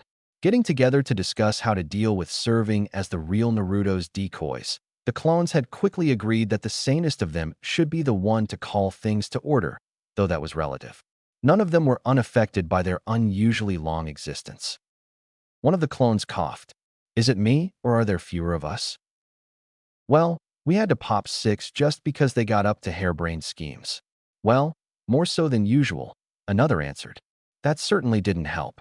Then there was that ramen hut, of course. How many of us are left, anyway? 24. Damn it, people, we're running out of me, another clone exclaimed. At the weird looks he received from the others, he rolled his eyes. We're getting awfully close to 0. How are we going to stick around until the boss returns? We probably only have a day or 2 to go, the first clone argued, lounging lazily against the wall. We could tell Kakashi-sensei that we're sick. It'd be less troublesome than actually doing missions. I'm sure 1 or 2 days wouldn't hurt. The second clone stared. When did you turn into Shikamaru? It's creepy. The clone just snorted, looking away. Damn it. Now we've got a Naruto who's obsessed with the Nara. That's just not natural. Half of us are going loopy now that we're unraveling on the edges, and even the ones with the most chakra don't have enough for 2 days. Not without regenerating it, too. We need a solution. We're even running out of scrolls. I'd suggest we moderate our chakra usage, that way we might be able to last. Keep the last scrolls just in case. They're our emergency plan. That counts for you too, seal nerds. The two blinked as they looked up from their scrolls. What were you saying? The oldest clone groaned, just as there was a knock on the door. Naruto, are you at home? All of the replicas froze. They all knew what this meant. Kakashi-sensei was at the door. Not good, definitely not good. I'm here, Kakashi-sensei, yelled the youngest clone, who had already spent the better part of the day with Team 7. I'll be right out. Can I come in? It's a mess, don't worry about it. I'll be right out. The clone stumbled to the door, evading several of its brethren as they quickly dove behind couches, into the kitchen, or right out the window. Soon, the room seemed empty, even if several of the clones were rather poorly concealed. Opening the door gingerly, The remaining Naruto clones stared out uncertainly. Kakashi looked, in a word, awful. Not only were his clothes in disarray and blood spattered, but he was missing an entire sleeve. Is something wrong? Naruto knew for sure that Kakashi had never come to his door like this. Not the last time around. What's with the blood? Kakashi grimaced. There's been an attack. Sasuke's been injured. Naruto's breath hitched. For a long, long moment, he could have sworn his heart stopped beating. He barely managed to avoid the next wave of sand and smashed a Rasengan squarely into the wave after that, dispersing it. What? He blurted. Gaara didn't say anything, a wicked smile on his face as he approached again, doubtlessly under the Ichibi's influence. Naruto avoided getting too close, too wrapped up in thought to think of something to say. Something was wrong, very wrong, in Konoha. Naruto had just received the memories from one of his remaining shadow clones, and they hadn't been pretty. Kakashi was hurt, and so was Sasuke. The Jonin hadn't told the clone anything about what happened, though. Naruto felt a chill run down his back as he considered that. He was certain that at this point in time, nothing like an attack on the Uchiha should have happened, which meant that something he did must have triggered it. Had Itachi come back early for his screwed-up idea of a lesson? Toby, perhaps? Damn, the nasty changes were already taking effect. He had to get back home. I'm sorry, it seems we can't stick around, Naruto said to Gaara. His speed wasn't brilliant, but it should allow him to actually reach the boy, rather than just avoid him, if only once. If he missed, it could be bad. Well, he still had his Rasengan, just in case. He held his scroll before him as he dashed ahead, gritting his teeth against the pain in his gut. The Kyuubi was incensed by what he was doing instead of using its chakra to pound the other Biju into the ground. Well, it was good he was in control, then. He smashed Gaara's arms aside, focusing his chakra to active his seal. Fuinjutsu, Gogyo Fuin. The five-element seal was an old trick that had first been used on him by Orochimaru during the Chunin exams. It had knocked him right out, and for a time, yet the seal had messed up his chakra, too. He had also been incapable of channeling the Kyuubi's special form of chakra. As a side effect, though, he'd not been in mental contact with it, either. Perfect. Used on a normal person, the seal might well put them in a coma, or even kill them. Chakra was vital to life, after all. On a Jinchuriki, Naruto figured he was a living example that it actually worked. Smashing his hand with the scroll against Gaara's chest, Naruto grimaced. The boy's eyes widened, and the blood-crazed rage briefly making way for sheer terror, until the seal burst to life, sizzling under his fingers. Gaara slumped to the ground, sand slipping off him on all directions in streams as his perfect defense crumbled away. Instantaneous unconsciousness. There was a reason he'd learned this move and ways to block it. There were few who could apply it. True, but even one was too many. In the end, he'd only have to use his defense once, but it had saved his life. That was mere hours before he'd gone back. He had no longer been a Jinchuriki at the time.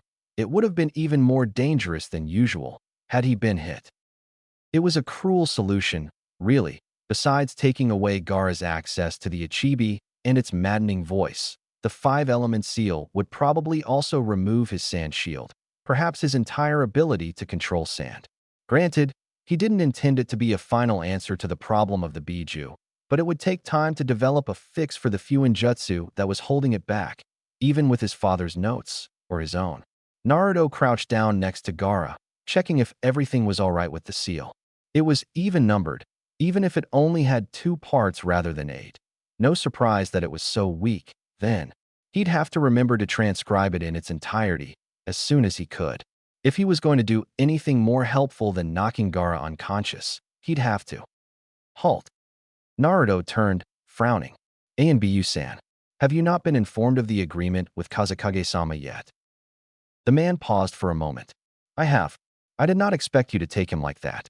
He'll resent the treatment. That is my concern, not yours, Naruto said, shrugging. I promise I won't harm him any more than I already have. Tell him that when you see the Kazekage. Raising his hands into the familiar hand sign, Naruto called another small legion of shadow clones. We're heading home. Half of you should stay behind and get some of Gaara's stuff. You know what I mean. I'm taking him to that place. You know the one. Bring everything there. Will do, boss. Naruto grumbled a goodbye, raising Gaara from the ground as the ANBU looked on apprehensively. The boy was incredibly light for his size. It was probably the sand that made him such an immovable object. Quickly, Naruto was speeding back towards Konoha, cutting straight through the desert. His second planned visit in Suna needed to wait, it seemed. It didn't really matter. It would be years before anything would happen that might get in the way. Now, he had to get to a safe haven to keep Gaara from prying eyes. He couldn't very well walk into Konoha with him, after all. There was one he knew of that could serve his purposes, a safe house discovered in the wake of the Fourth Shinobi World War. One of the safe houses that the Yellow Flash used during his time as Hokage to detain particularly high-profile individuals. There were only two ways in, and neither had requirements that were easily fulfilled. After that, he needed to do one other thing: find Jiraiya. If he was going to pull this ruse and convince the Kazekage that his agreement still held, then he'd need the Sannin to play his part. How he was going to make that happen he didn't know, but he wasn't Konoha's most surprising ninja for nothing. He smiled devilishly as he stepped it up another notch. "Naruto, can't you sit still for 1 minute?" "Sakura-chan." The clone pouted, twitching slightly as Kakashi jumped down to join them. "Kakashi-sensei, do you know who attacked Sasuke yet?" Kakashi looked away. "That's classified information, Naruto. You should know that. You were there when the Hokage told you as much." The clone grumbled. "Someone assaulted one of my team members. Of course I'm going to want to know who did it. I'll beat them up in return." He shook his head tiredly. "At least tell me he's going to be out of the hospital soon? It's weird not having him around on missions, even if they're just D-rank ones." The last few days had been hectic. He was one of the last 3 clones, all of which had been sustaining themselves via Senjutsu. That particular tactic hadn't occurred to them until they were already running on fumes, much to their mutual irritation. It required them to spend hours upon hours each day just meditating. Otherwise, they'd just pop. Still, like the clones that Naruto had left behind at Mount Myaboku when fighting Nagato and other foes, they were able to last quite a while longer this way. That said, Senjutsu was volatile, so they didn't dare take in too much. They had no idea what would happen to the real Naruto if he suddenly received a large amount of Senjutsu chakra without having signed the Toad contract, or trained his body again to be able to attain Sage Mode. Becoming a Toad statue was definitely not in the plan. The clone's attention hadn't really been on that particular issue, anyway. The attack on Sasuke had been a strange moment. For the entire duration of the trip to the hospital, the clones had been convinced that someone stole his eyes, but when he arrived, Sasuke's face was just fine. Either the attackers hadn't been after the Sharingan, or they had been after something. The only thing he'd been able to drag out of Kakashi was that the attacker was a man, and not from Konoha. Sasuke would remain under observation for a few more days. He'd broken several bones, and even with healing supplied by medical ninjas, it would take some time before the Uchiha would be doing anything too intense. Sakura and Ino in particular had spent far too much time at his bedside, and Naruto thought he saw something almost like relief on Sasuke's face whenever he visited. Well, at least he wasn't hated then. Kakashi, whatever his role in the whole thing had been, returned to normal very swiftly, bossing his other genin around while spending entirely too much time reading porn novels. He'd been sending curious glances at Naruto, though. The clone wasn't entirely sure what had caught the man's interest, but he'd found himself under the scrutiny of the Sharingan at least twice, though the Jonin would not say why he thought that necessary. Thankfully, it would soon not be his problem anymore. The real Naruto could take over. The clone turned to Kakashi and frowned. "So, when is Sasuke getting out?" Kakashi sighed. "As soon as his bones and muscles have healed, he'll be back on missions, Naruto. I was under the impression that you two could barely tolerate each other." Naruto looked away, frowning. He couldn't really tell the truth about any of that. His history with the last Uchiha, well, not anymore. In this time, had always been hard to pin down. He supposed that ever since that fight in the valley, where he'd been skewered by Chidori, he and Sasuke had been enemies. He didn't know if that was really what he should call it, though. At the end of the Fourth Shinobi World War, they'd met again, and that time it had been to the death. He didn't want that to happen again. He didn't want Sasuke to throw his life away for the same lies, manipulated by everyone from Orochimaru to Itachi until he hadn't known what was real anymore and what was mere nonsense. Then he died, and he'd never gotten his answers. Well, screw that. I'll keep my promise, he murmured. Sakura looked up and blinked owlishly. Naruto smiled slightly. Don't worry about it. It's just a personal promise. As long as it doesn't involve Sasuke-kun, she answered.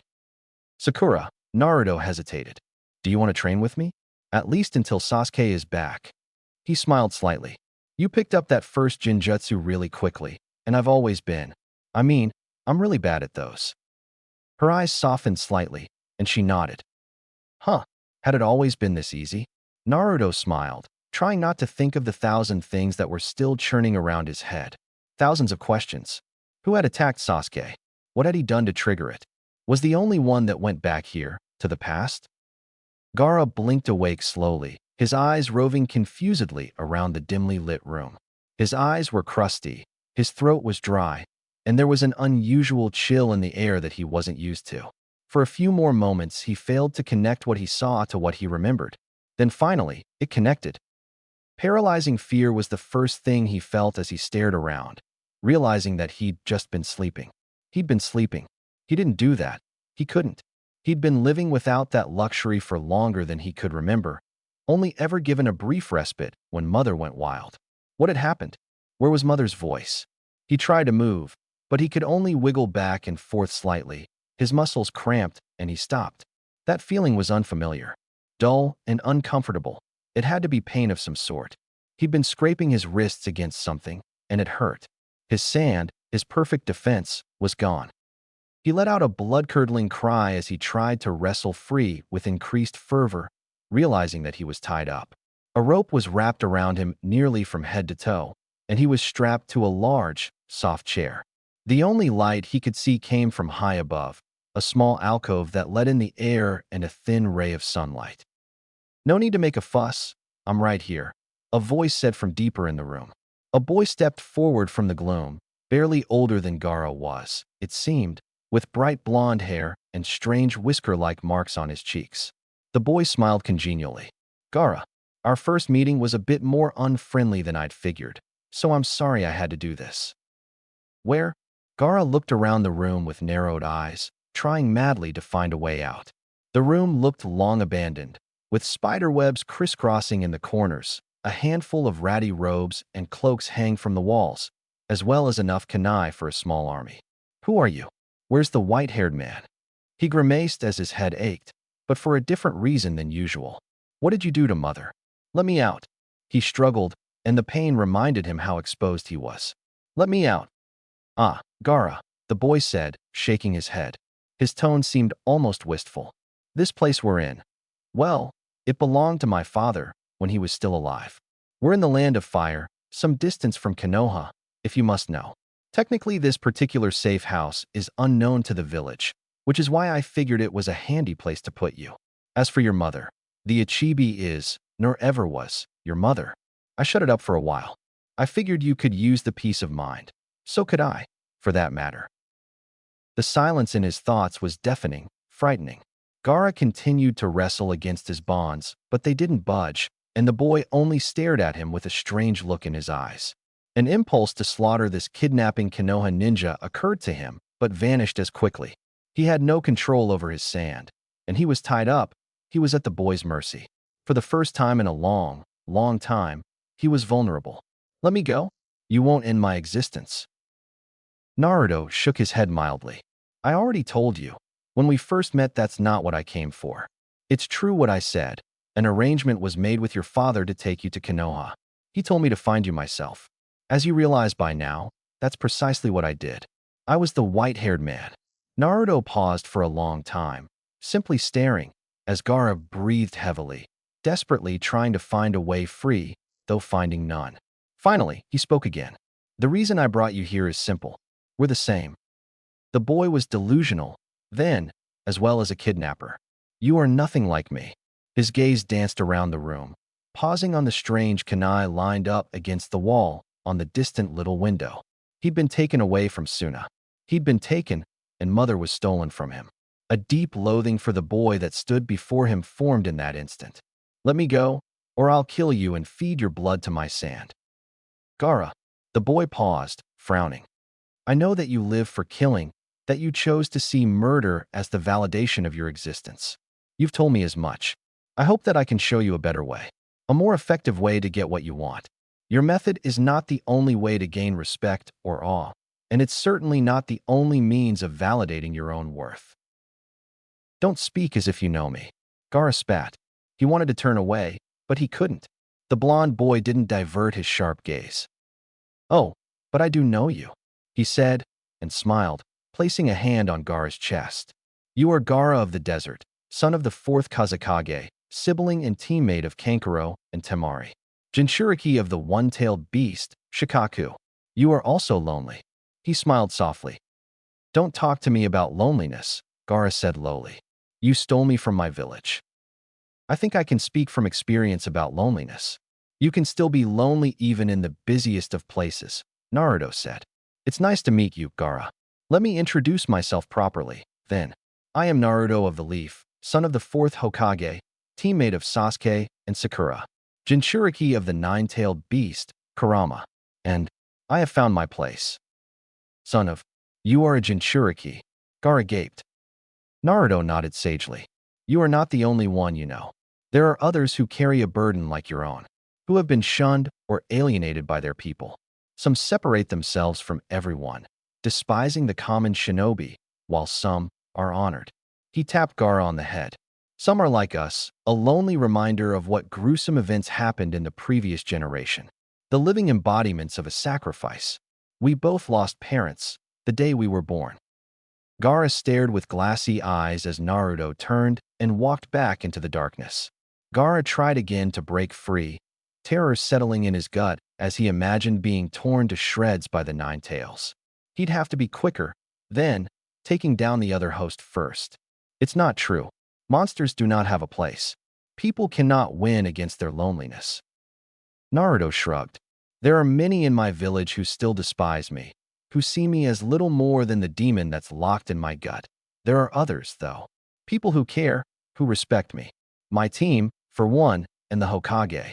You have such people as well. Kankuro and Temari fear you. That is true, but they haven't run away, have they? Despite the fear that Shikaku might lash out, they chose to get close to you anyway. You're their brother, after all. Gaara scoffed. Naruto shook his head, smiling slightly. You don't understand right now. You've barely realized how different it is to live without that voice in your head. You're still panicking. I have it on very good authority that your thinking processes should be much clearer now, with less effort to maintain that level. Perhaps this time you will find out on your own what the beast has been hiding from you. The true way to happiness. He shrugged. I hope to have a way to fix your seal within a few weeks, perhaps months. Then, you can shut it off or let it in at will, rather than let the creature control your life. You mean to keep me here? Gaara asked, a hint of panic in his voice. No. I'm afraid you'll have to stay out of sight for now. I'll leave clones behind, or stay here myself as often as I can, freeing you from your captive state, even if you do not see it as such at this time, was something I'd promised a dear friend. I mean to help you become a better shinobi and a better person without adding to your pain and misery. You're not a bad person, Gaara, even with all the deeds you've done. No more, though. He shook his head. Perhaps, when you no longer wish to kill me, we can discuss a way for you to enter the village of Konoha. I believe you would enjoy it. Gaara didn't answer, simply staring mutely. I've got a year, per agreement. Gaara closed his eyes, trying to control his warring thoughts. They were simultaneously clearer and murkier. He missed the crystal-clear clarity of a single goal to end a threat to his existence. That voice was hidden now behind a great mess of hopes and dreams and fears that he'd long forgotten.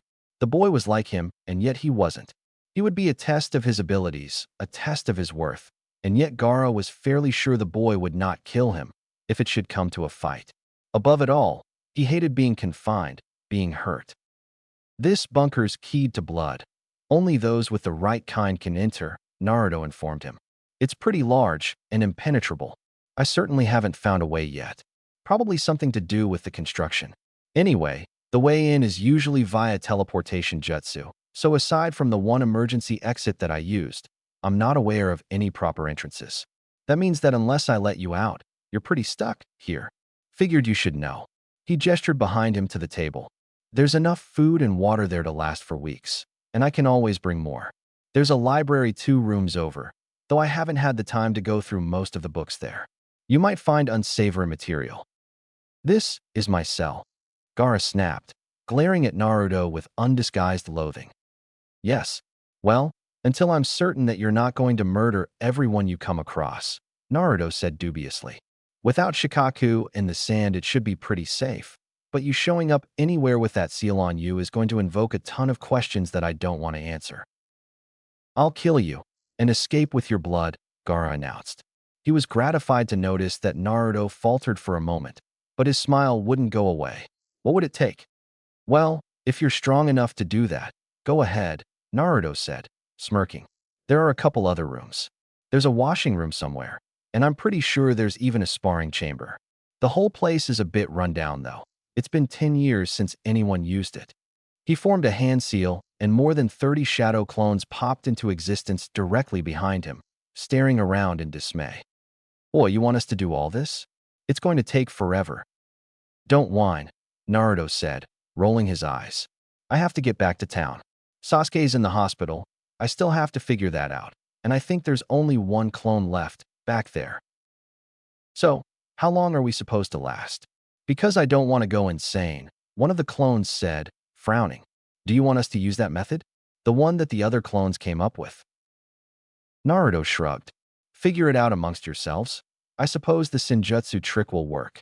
I hadn't thought about it, actually. I haven't really needed long-term clones before, so I'm not sure what works best. I'll know when you're running out anyway, so I can always come by or send new clones this way. He frowned. You know, right about now that technique of Dad's would be really helpful. Even with clones, I'm limited in the number of places I can be. Gaara slumped in his restraints, his panic making way for a plan. It seemed he'd be biding his time for a while. It didn't look like the other Jinchuriki was going to make it easy for him. Firstly, he'd have to test that blood protection. Naruto could have simply lied. People did that a lot, in his experience.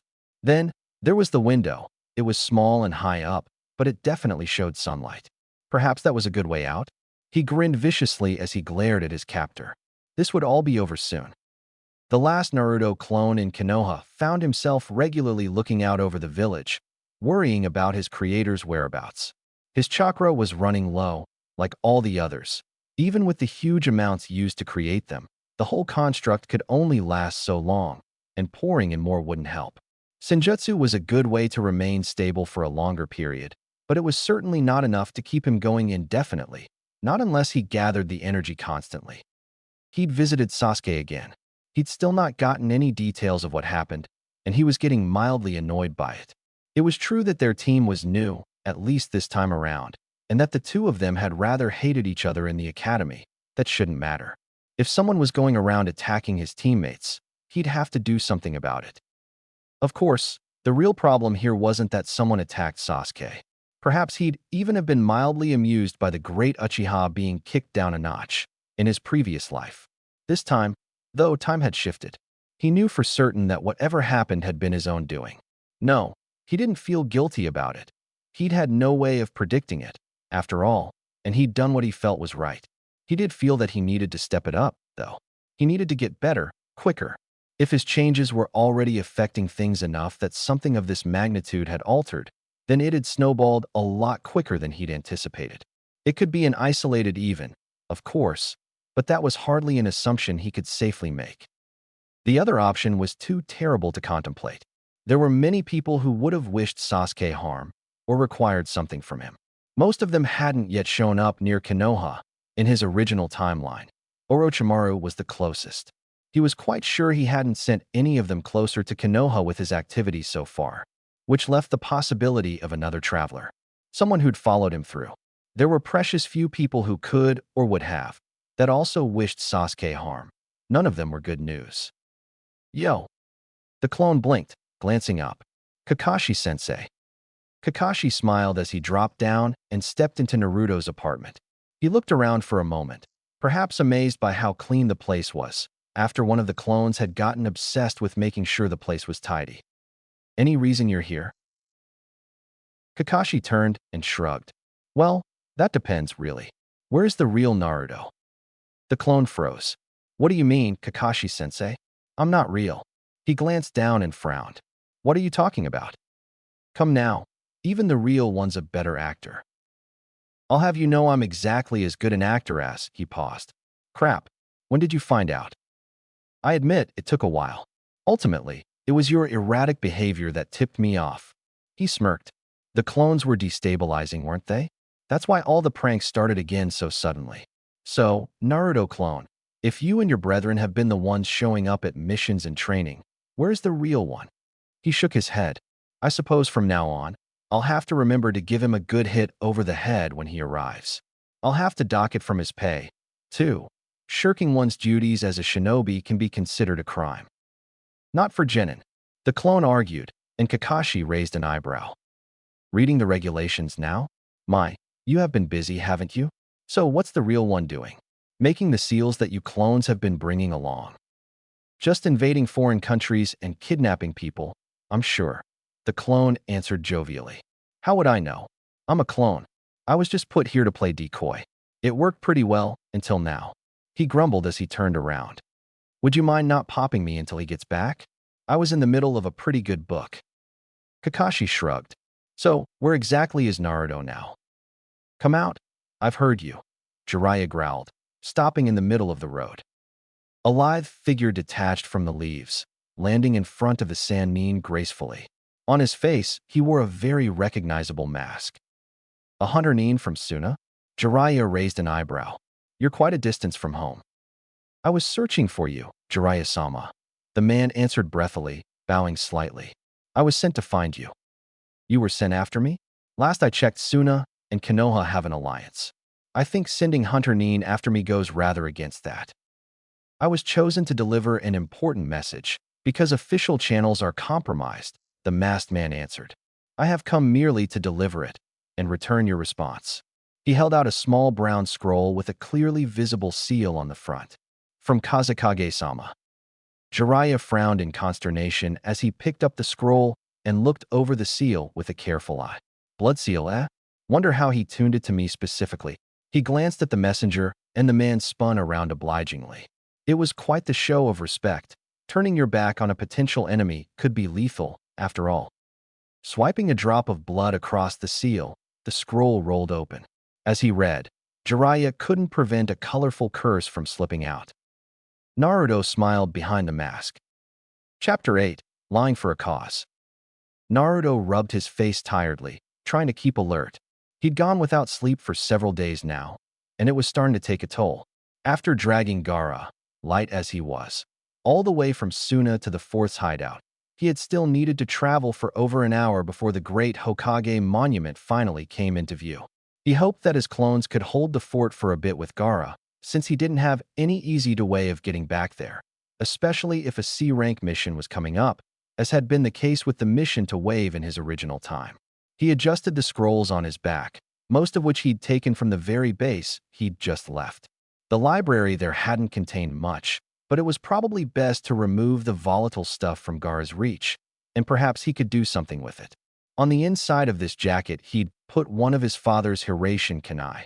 He never thought of himself as overly sentimental, but it felt right to carry a memento. He also wanted to figure out the seal. Of course, that was just common sense. It was strange, Naruto reflected, that the village would probably never know what he'd prevented with his ruse in Suna, that some people would never realize that they would have died if he hadn't stepped in. Without the Kazekage's forces, Orochimaru couldn't hope to successfully invade Konoha on his own. That left the Sannin with only a few options to his goals. An assassination attempt on the Hokage was not unreasonable, but with all the ANBU forces around the leader of any village, that would be quite difficult. It was probably due to the Kazekage's arrogance that Orochimaru ever got the drop on him. Of course, since the Hokage would soon know about the snake's plans, that scenario would get even more unlikely. Setting it up so that both the Kazekage and Jiraiya were under the impression they'd been approached by the other had been risky, but they didn't see each other enough to see through it easily. Naruto knew that Jiraiya, at least, would talk his way out of the situation if he figured it out, especially if it was to the village's advantage. Naruto's letter had made it explicit that the Kazekage wished to stay out of the picture, which should help in ensuring that Jiraiya remained unaware of the full picture, at least for a while yet. After the Chunin exams, it didn't matter as much, and the first time the Kazekage and the Toad Sage were liable to meet was during the last stage of the same event. Perfect. Naruto still had some things to iron out in the coming days. His clone hadn't needed to travel very far to find Jiraiya, which meant he was nearby. The letter he delivered probably spurred him on to go faster, which meant the man could arrive at any moment. He'd need to remember to stick to town. Sending a new army of clones to Gaara's position would have to be it for the moment, so they could take over from the old ones. Returning personally would be a bit risky. Still, his clones were him, so they wouldn't do anything too insane. Hopefully. One thing he needed to take care of back here in Konoha would be to figure out what happened to Sasuke. He needed to know what cascade he had set off that led to that particular event. It was probably not related to what he'd gotten up to in Suna. That would have far-reaching consequences in time, but it was still too recent. Gato. The old bastard didn't even really know about Sasuke until they met on the bridge and never showed much interest, which ruled that out. Zabuza and Haku had equally little to do with the Uchiha. That really only left Mizuki, and that seemed even more unlikely. Naruto had considered Orochimaru before, but that man certainly hadn't had the time to come down from Oto and infiltrate the village, if he'd even learned of the Kazekage's defection yet. It didn't make any sense. Naruto strode towards his apartment with a resigned sigh, leaving complex planning to a time when he could actually form coherent thoughts again. Sleep deprivation wasn't helping him, and he was liable to do things he shouldn't when he was like this. Naruto realized he'd almost dozed off on his feet when his path was blocked quite suddenly, something that hadn't happened to him in ages, not even in the young boy. He stumbled and blinked in surprise as he realized who it was. Kakashi-sensei stood before him with his hands in his pockets and an annoyed expression. So there you are. Naruto stared worriedly as he realized that there were only a handful of reasons that could explain why Kakashi would be angry at him. Perhaps his clones had done some massive prank, in which case he'd need to buy them some ramen, or one of them had spilled the beans on being clones. Knowing his luck, it was the latter. He turned away, feeling suddenly ashamed. He supposed he was just thinking of Kakashi as Hokage again, and he did respect that position beyond any other, despite his rather light-hearted way of addressing anyone who held the position. "Oh, Kakashi-sensei," Naruto said, sighing. He really needed to sleep. Damn it. "You look terrible," Kakashi commented, worry creeping into his voice. Naruto winced as he rubbed his tired muscles and forced himself to stay alert. "I feel like I've run back and forth to Suna," he muttered finally, gesturing ahead. "Can we do this in my apartment? I could use a soft chair or a bed or anything." Kakashi nodded mutely, keeping the same slow pace as Naruto as the two walked from street to street. The man kept sending glances at his student. Clearly the man had figured out about the clones. Naruto didn't remember being unmasked, which meant that this was a recent development. At least that gave him something to work with. It was a setback more in gaining Kakashi's trust than in actually being prevented from changing things. But he considered that important anyway, though he supposed he shouldn't whine. He had essentially committed treason by conspiring with the Kazekage, and having Kakashi cross with him was a rather small repercussion, really. Arriving at his apartment at last, Naruto didn't bother with the stairs, strolling up the wall and collapsing on his bench with a heartfelt sigh. The last clone waved at him tiredly and immediately popped. For a brief moment, the real Naruto saw double, as if two different people were trying to use the same eyes. A week's worth of information slammed into his brain, much of it colored by an increasingly annoying focus on irrelevant activities and ramen. Insane clones were not doing his psyche any favors. That much was clear, and he really needed to figure out a way to avoid this in the future. Well, at least his clones had mostly avoided doing embarrassing things. This clone had spent an inordinate amount of time at the hot springs, he realized. Ostensibly to keep an eye out for Jiraiya, but not really. He smiled slightly as he recalled his travels with the Toad Sage and the many, many baths the man used for his research. Kakashi entered, and Naruto forced himself to concentrate on the now. He'd be able to see the old pervert again soon enough. "So," Kakashi began as he took a chair across the room. I take it you're the real you then. Where have you been for the past few days? Skirting your ninja duties. Didn't you already go over this with a clone? Naruto whined, rubbing his face. The shadow clone technique works like that, you know? I get all their memories, all their experiences. I know every D-rank mission we've been to, everything I said to you, and so on. I also know I'm in trouble. No need to rub it in. Kakashi shook his head. What could be so important that you left your Genin team with a shadow clone and took off? Naruto frowned. He'd need a good excuse to satisfy Kakashi and inevitably the Hokage, and there weren't very many that would actually work. To the Kazekage, he was a stranger, and much the same for Jiraiya. Though it was true that he'd changed since he was really this age, he had no doubt that an outrageous lie would be caught by the Hokage, no matter how convincingly he argued it was true. The man wasn't called the god of shinobi for nothing. Naruto had considered a few options on his way here, just in case, but now that it came down to it, he was unsure.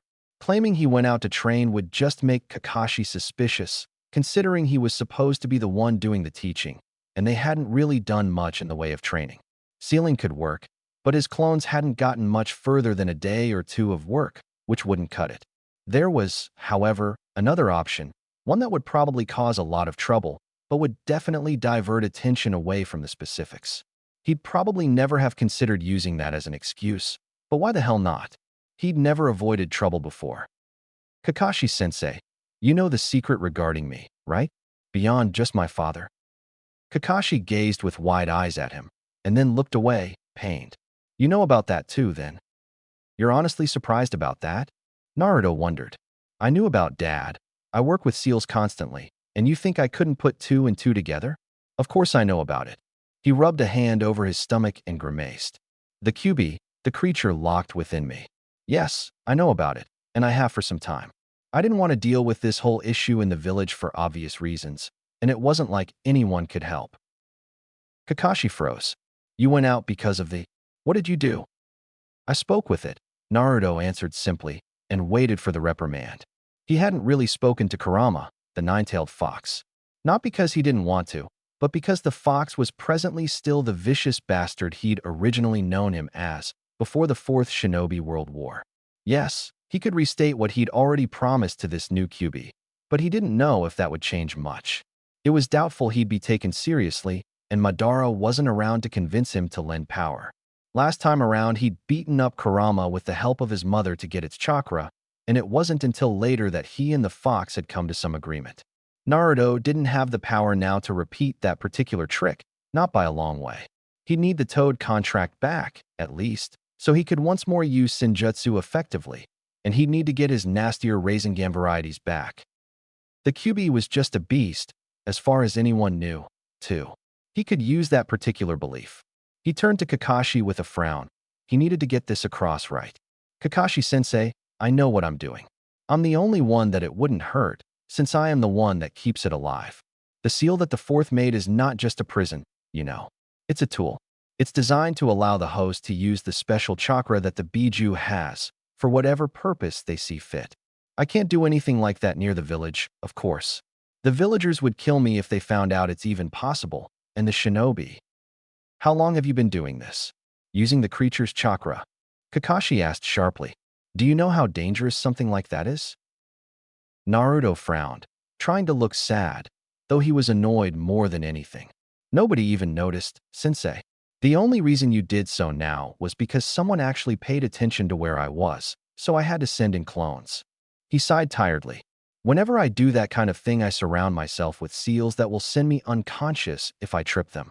I can only disarm them when I'm sensible. The QB's chakra immediately dissipates if I pass those without doing so. I'm not stupid. Kakashi shook his head, glaring. How could you do this without even informing the Hokage? Naruto realized that the man was on the verge of actually yelling at him, which was rather a rarity. It's not the Hokage's decision, I think. Naruto sighed as he noticed Kakashi's dumbstruck expression. Questioning the Hokage's power was rather a faux pas. The fourth designed the seal this way for a reason. I'm certain of it. He put it on his own son, so he wouldn't leave me open to the creature's influence or vice versa if he didn't think it would be necessary. Important, even. He rubbed a hand over his seal and smiled. The fox hates that I use its chakra. He's not the one who arranged it. No, there's something else that's allowing me to channel it. I think the fourth left a little of himself behind to guide me. We must take this to the Hokage, Kakashi said sharply, and Naruto wondered if he'd picked wrongly. The look in Kakashi's eyes, he couldn't remember seeing him like that. Immediately, Naruto nodded tiredly. The Hokage doubtlessly already suspected that he knew about Kyuubi, so the revelation that he'd been trying out using its chakra wouldn't be a big surprise. Oh, the old man probably would be mad about him doing it without supervision. But the most likely outcome of this would be that there was supervision in future experiments, probably Tenzo, rather than being forbidden entirely from pursuing this skill. The Hokage was still the Hokage, and a Jinchuriki capable of controlling their Biju would be a major boon to the village. The third was certainly clever enough to realize that banning the use of Kyuubi's chakra wouldn't be very effective anyway, as Naruto was quite capable of slipping away from most surveillance, if he really wanted to. The second part of his little story was ingenious, he thought. With the chakra of both his parents still locked in the seal, the Hokage would come across it if he really researched it, and that observation would probably set his mind at ease. Granted, Naruto couldn't actually access that chakra without it exhausting shortly thereafter, but the Hokage didn't know about that. Only Jiraiya would probably realize the truth, and he was clever enough to ask him first, which would allow him to amend the misapprehensions that the Hokage had. He wouldn't be at fault for the mistake, after all. Naruto briefly mused about the possibility of prolonging the existence of the chakra imprints of his parents, of finding a way to keep them around. He'd never had the chance to test that concept last time, since their chakra had been long gone by the time he got any appreciable training.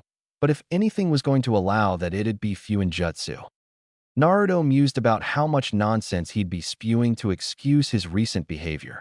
Yes, he'd probably end up with some heavy labor as punishment for his disappearance, and his use of nastily dangerous techniques without anyone knowing, but that was all right. He needed to get stronger anyway, and he didn't mind the hard way so much anymore. Not since he'd helped rebuild the town, after Nagato had blown it up and his army of clones had worked themselves and him into exhaustion. Perhaps the physical exercises coupled with some serious chakra training would be enough to get him ready for things to come. His mind strayed to the attack on Sasuke. Whoever did that, well, perhaps Naruto would have a new target soon. He couldn't wait. The Naruto clones were remarkably silent, which was a small blessing, he supposed. They mostly wandered around reading scrolls, writing, playing silly games with each other. Gaara didn't know what to make of it, and just stared at them with a blank look. He had spent the past 2 days trying to get free, with the little window high up in the room being his only way of determining the time that had passed since he'd been caught. In that period, he'd been offered food several times, though he had refused out of fear of poison, of assassination. After the second day of refusing to even drink, one of the clones had gotten fed up and forcibly poured water down his throat. Thus far, it didn't seem like that had contained any dangerous compounds, though Mother would doubtlessly take care of them, if she was still there. Gaara didn't know what to do, what to say that he hadn't already said. It had taken only a few hours before his rage of being caught by the enemy turned into confusion and crazed terror.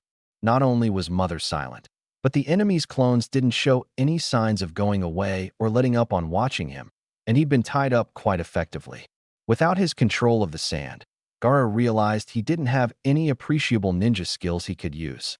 Even if he did escape, he probably couldn't keep all those clones off him for long. He remembered well that the white-haired shinobi that caught him, which had been this Naruto in disguise, had evaded him quite effectively and then managed to knock him out in one blow. He couldn't underestimate the boy. Killing had been the way he'd lived for years now.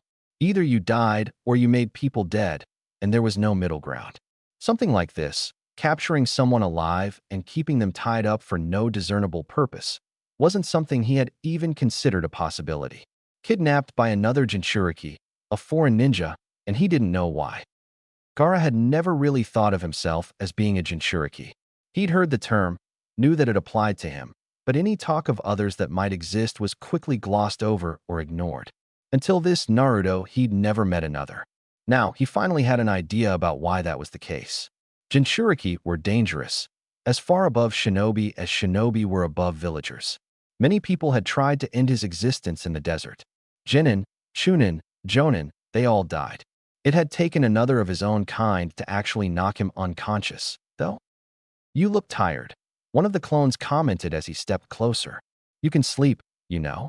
The seal keeps the Ichibi from interacting with you at all. I don't sleep, Gaara said simply, staring at the clone.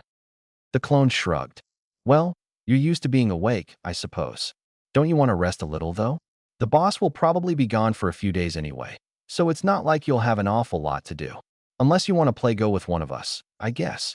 Though, I must admit, we're all equally bad at it. Gaara just glowered. Well, no need to be so moody, the clone said, squatting against the wall across from Gaara's position. Gaara, you know we're not trying to hurt you, right? I know you hate being tied up and not having your sand to protect you, but I'd expect that you can deal with that. You don't have to listen to the Ichibi anymore, and you're not in danger of being killed. He yawned. Besides, it's not as if you left much behind in Suna, aside from your siblings. I've already considered letting them visit, so relax. For a few minutes, it was perfectly silent. Then, Gaara spoke. Am I a hostage? Hardly. The clone raised an eyebrow. Boss was actually truthful about that. Your dad agreed to let you spend some time in the Land of Fire as payment for a mistake he made. He knew the awful existence you had in Suna, so he wanted to help you out. In any case, you'll be allowed to go wherever you want, in time. You simply can't be seen in Konoha, right now. It'd make a lot of people very nervous. Gaara glared at the clone. You can't keep me like this. We don't intend to. We're just waiting for boss to return. Now, want to play Go? The clone smiled. Don't worry, it doesn't hurt. You're pretty clever. I'm sure you'll enjoy the distraction. Doubtful. He stared ahead blankly, his mind racing. He was going to get out of here, but how? The shadow clones would last for a while, and he'd need to eat at some point. Perhaps then he could get free. He rubbed his arms against the rope. It would take time before he could cut through the material, but slowly but surely he was doing it. He smiled darkly. The Hokage slammed his fist down on his desk. You have been doing what? Naruto almost flinched, but forced himself to keep still. This was hardly the time to get nervous. If he was going to keep living here, he had to make sure that everyone knew what he was like. Not the him that should have been here, the 11-year-old idealist, but the one that he'd become, the man who ended the Fourth Shinobi World War and was a hair's breadth from the Hokage's hat on more than one occasion. Granted, he hadn't changed that much from his first Genin days, not really. But being an experienced shinobi was certainly not something that would fit well with his younger self's reputation, so he'd need to make clear that he worked to get better. Only that would allow him to show prowess beyond his rank and not end up in Ibiki's tender mercies. The Hokage was probably the person who knew him best in the village, at least as a kid, and even he only spent a fraction of his time paying attention to him. Lying to his face was nigh impossible. He'd need to spin the truth. He'd speak about things that really happened, that he really did once upon a time, and let the surprise and shock of the relation to Kurama take care of the suspicion. It was the best way to lie that he'd found. He'd never been good at making stuff up and making them sound convincing. Fortunately, or unfortunately, he'd lived through so much crap that he almost always had some experience he could use. I've been training with Kyuubi's chakra, he repeated. Only experiments, of course, nothing big. You know who made the seal, so that should tell you something about why. Naruto said, frowning. The fourth Hokage didn't make this a seal by accident, and I'm sure you know that. He built it so that I could channel the fox's power, not just as a prison. I've been very careful and only trying little bits at a time. Uzumaki Naruto, the Hokage said sharply, leaning forward. You will not be channeling the creature's chakra again. Do you realize what could have happened if you foolishly went too far? What horrors you might have unleashed? Naruto nodded. I could have blown up everything in my vicinity with the wild chakra until I triggered one of my seals. Then I'd be knocked unconscious, and the chakra would dissipate.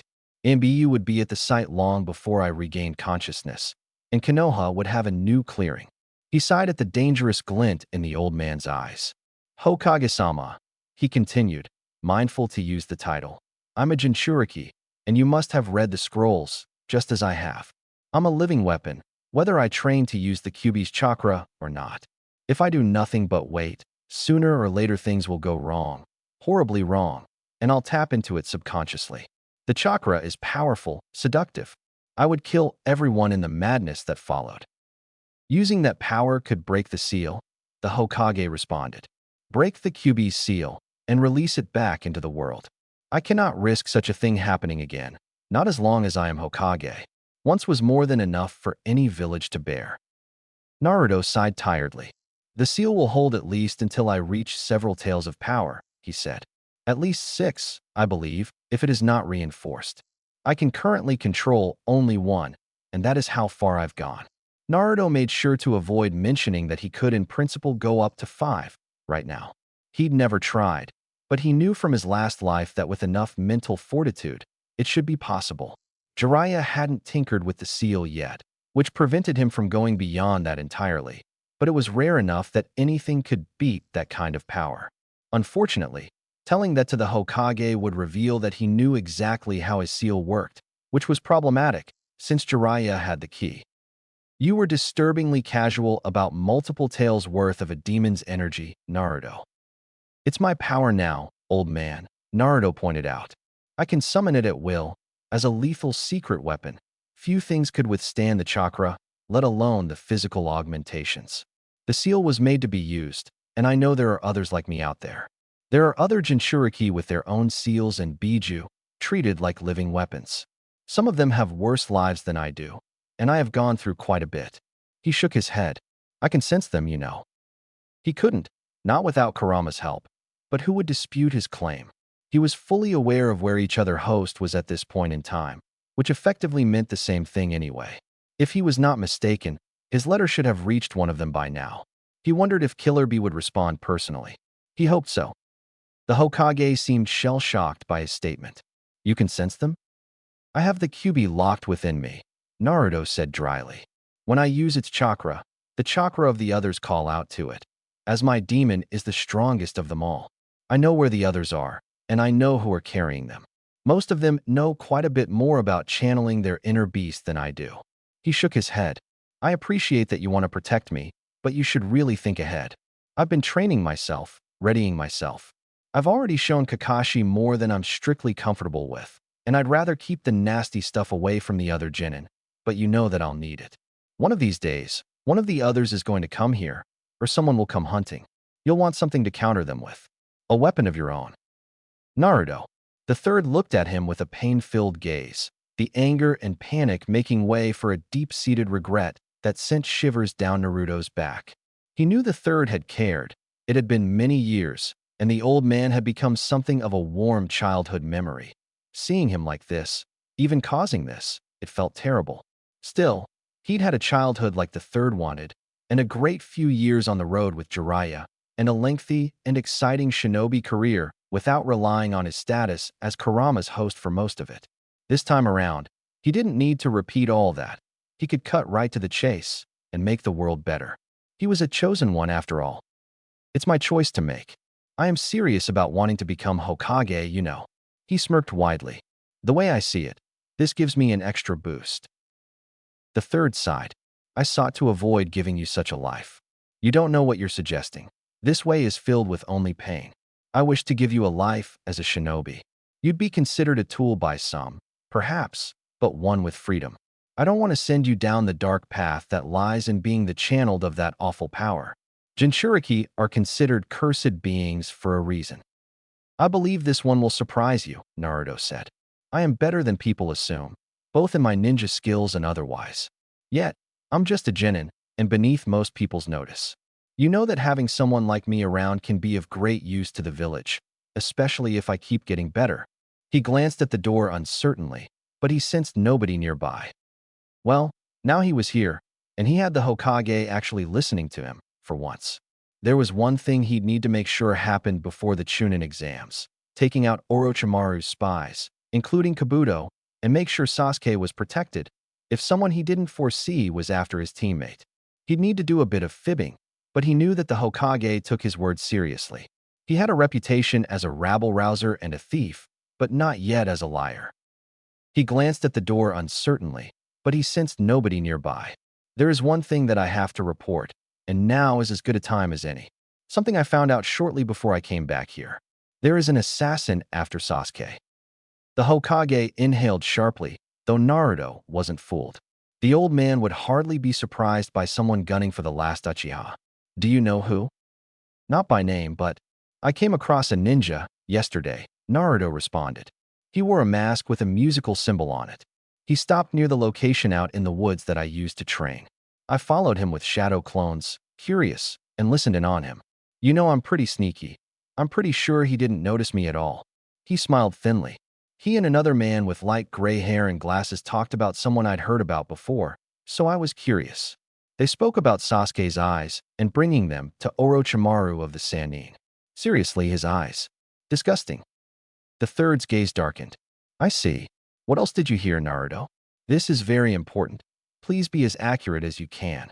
Naruto almost smiled. Gotcha. Granted, Orochimaru didn't want to kill as much as kidnap Sasuke, but this way he'd get better protection for his teammate than just a lookout. Naruto thought about how he'd implicate Kabuto, and he only needed a second. They talked about Sasuke's eyes, about the Sharingan, and about medical techniques to obtain those eyes and implant them. A few hours later, one of my clones back in Konoha popped, and I discovered that some person had attacked Sasuke, so I feared those ninja already succeeded and went back to the village as soon as I could. That's when Kakashi-sensei found me. Any in-depth research into Kabuto's activity would probably reveal his contacts with the snake Sannin, after which he'd swiftly be dealt with. But that did mean he'd possibly be sending the Hokage and investigators down the wrong path in researching what really happened to Sasuke. Well, he supposed he did have rather little information to go on, but with everyone so secretive about it, that even his clones found nothing, it did seem like they were grasping at straws. Clearly they hadn't caught the perpetrator yet, or this wouldn't even come up. Well, this just meant he'd have to deal with the attacker himself. Did these two ninjas say when they meant to attack? Any specifics would help, the Hokage asked, and Naruto frowned. The unmasked man. I didn't hear a name, but I'm pretty sure he's from Konoha. He talked about the exams, the Chunin exams. He said something about talking it many times already or something like that. Naruto said, thinking back to the first time he'd met that creep. Is that what you mean? The Hokage had a glint in his eye that Naruto thought meant very bad news for Kabuto. Perhaps he'd just managed to remove his own shot at taking revenge on the man, but he was pretty sure that Ibiki would be a lot less direct about it. The Hokage frowned at Naruto, though much of the earlier tension was gone. Good. The third cleared his throat, narrowing his eyes at Naruto. Don't think that coming across such information gets you out of the trouble you have worked yourself into, Naruto. You abandoned your ninja duties, even if they were D-rank missions, and as such I'll have to stop paying you for at least 2 weeks, and you'll be serving community service. If there is a next time, the punishment will be more severe. That's good, Naruto said, shrugging. I've been meaning to sell some of my seals, which should hold me over for a while. Naruto. The man hesitated, and for a long moment Naruto wondered if he was just going to end it there. Then, he spoke again. The next time you wish to go out of town for this training, come to me. If this is what you believe you have to do, then I will see to it that it is done as safely as possible. There is someone that might be able to help with this, though I don't know if. He hesitated. You are spreading yourself awfully thin, Naruto. Genin training, seals, this. You have so much time, yet. Well, I always have my clones if there's not enough of me, Naruto said with a vague smile. I have to become the best, he added. I've got something to live up to, after all. You want to bet whether I'll beat my dad's age for getting that hat? The Hokage chuckled slightly, though his heart wasn't in it. You truly are the most surprising ninja in the village. His face turned stern. If you leave the village again without informing anyone, you will be suspended from the shinobi force. If the wrong people know about this before you've mastered it, you could be in serious trouble. Understood? Naruto nodded warily, and it was lucky that the Hokage didn't notice that the boy was only barely keeping in what could only be described as a cackle. That had gone better than perfect. The only way it could have been better was if Jiraiya walked in right now. Nobody. Bummer. He couldn't keep this up. Lying to Kakashi, to the Hokage, he was bound to slip up. Granted, few would jump to the conclusion that he was from another time. That was pretty crazy, but perhaps they'd assume him a spy, or even under Kurama's influence, both of which could land him in prison with chakra-draining seals on every surface. He needed to figure out a way to combine his changes with his public activities, and soon. Jiraiya could help, he supposed. Naruto shivered as he left the building, making his way towards the hospital. It had gone perfect, hadn't it? Why then did he feel like he was balancing on the point of a kunai? Why did he feel like the whole world could fall to pieces? Are you insane? Why do you ask? Naruto wondered, hanging from the ceiling in Sasuke's room by his feet. I just figured that since someone put a warning seal on the floor, probably a nurse, I'd use an alternative way of reaching you. Besides, ceiling running is a great way to train your chakra and muscles simultaneously. Whatever, Sasuke muttered, groaning. Why are you here? Honestly, I came to see how you were doing, Naruto answered, shrugging. It isn't much more complicated than that, really. I'm extremely curious who finally managed to put the mighty Uchiha in a hospital bed, but if you don't want to tell. Sasuke scowled. It's not important. Someone broke several bones and turned your chakra system into such a crazy mess that you aren't allowed to use jutsu for more than a week. I'd say that counts as pretty important. I don't care much for people who hurt others, especially teammates. He cocked his head to the side. You're still that, at least. Whatever. Look, Sasuke. Naruto sat down on the ceiling, staring at the other boy. You've already asked me for a seal, so I know you don't think I'm a total idiot. You've probably figured out that I'm better than I seem back at the academy. Sakura's got a lot more potential than you give her credit for, too. I bet you she'll be the next Tsunade of the Sannin. Sasuke snorted. As if. I believe it, and I'm not a bad judge of character, Naruto said pointedly. I'm saying, someone attacked you and took you out. You've got strength on your own, sure, but you're a Genin. You can't beat the best. Not yet. He smiled. Remember the fight against Kakashi? Granted, he wasn't going all out, or he'd have flattened us, but we beat him. We managed to get the drop on a Jonin and fulfilled our task, and the only reason it worked was because we worked together. What are you saying? Alone, I think you could become the next Kakashi, Naruto said, and he didn't miss Sasuke perking up. Being compared to one of the best shinobi of the Leaf did wonders, even if they knew the man was also a bit of a slob. You could beat your enemies with the Sharingan and powerful jutsu that you copied. A worthwhile goal, Naruto allowed. But together, you, me, Sakura, I think we could go beyond that. Be something better. I've already said Sakura could be the next Tsunade, and if I'm not too arrogant here, I'm getting lessons from Jiraiya soon in sealing.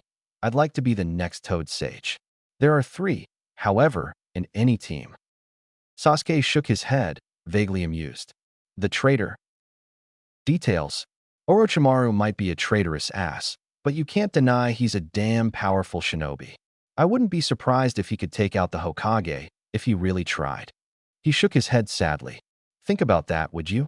I'd even help you with that ambition of yours. And find and kill whoever put you in the hospital, I suppose. You don't even know what happened. Even if it was Kakashi himself, I'd kick their ass, Naruto retorted, smiling. Get out of here soon. I'll have your personal seal ready when you do. I think you'll enjoy it. It's a modified fire one. After that, I'll try and convince Sakura that she can be better than she is now. I think your help would be useful, there. Sasuke rolled his eyes, but at least he hadn't sent him out yet. Having one-sided conversations was nothing new with the Uchiha. We'll storm the ranks so quickly that nobody will even believe it, Naruto swore. After all, I'm going to be Hokage, and sooner rather than later.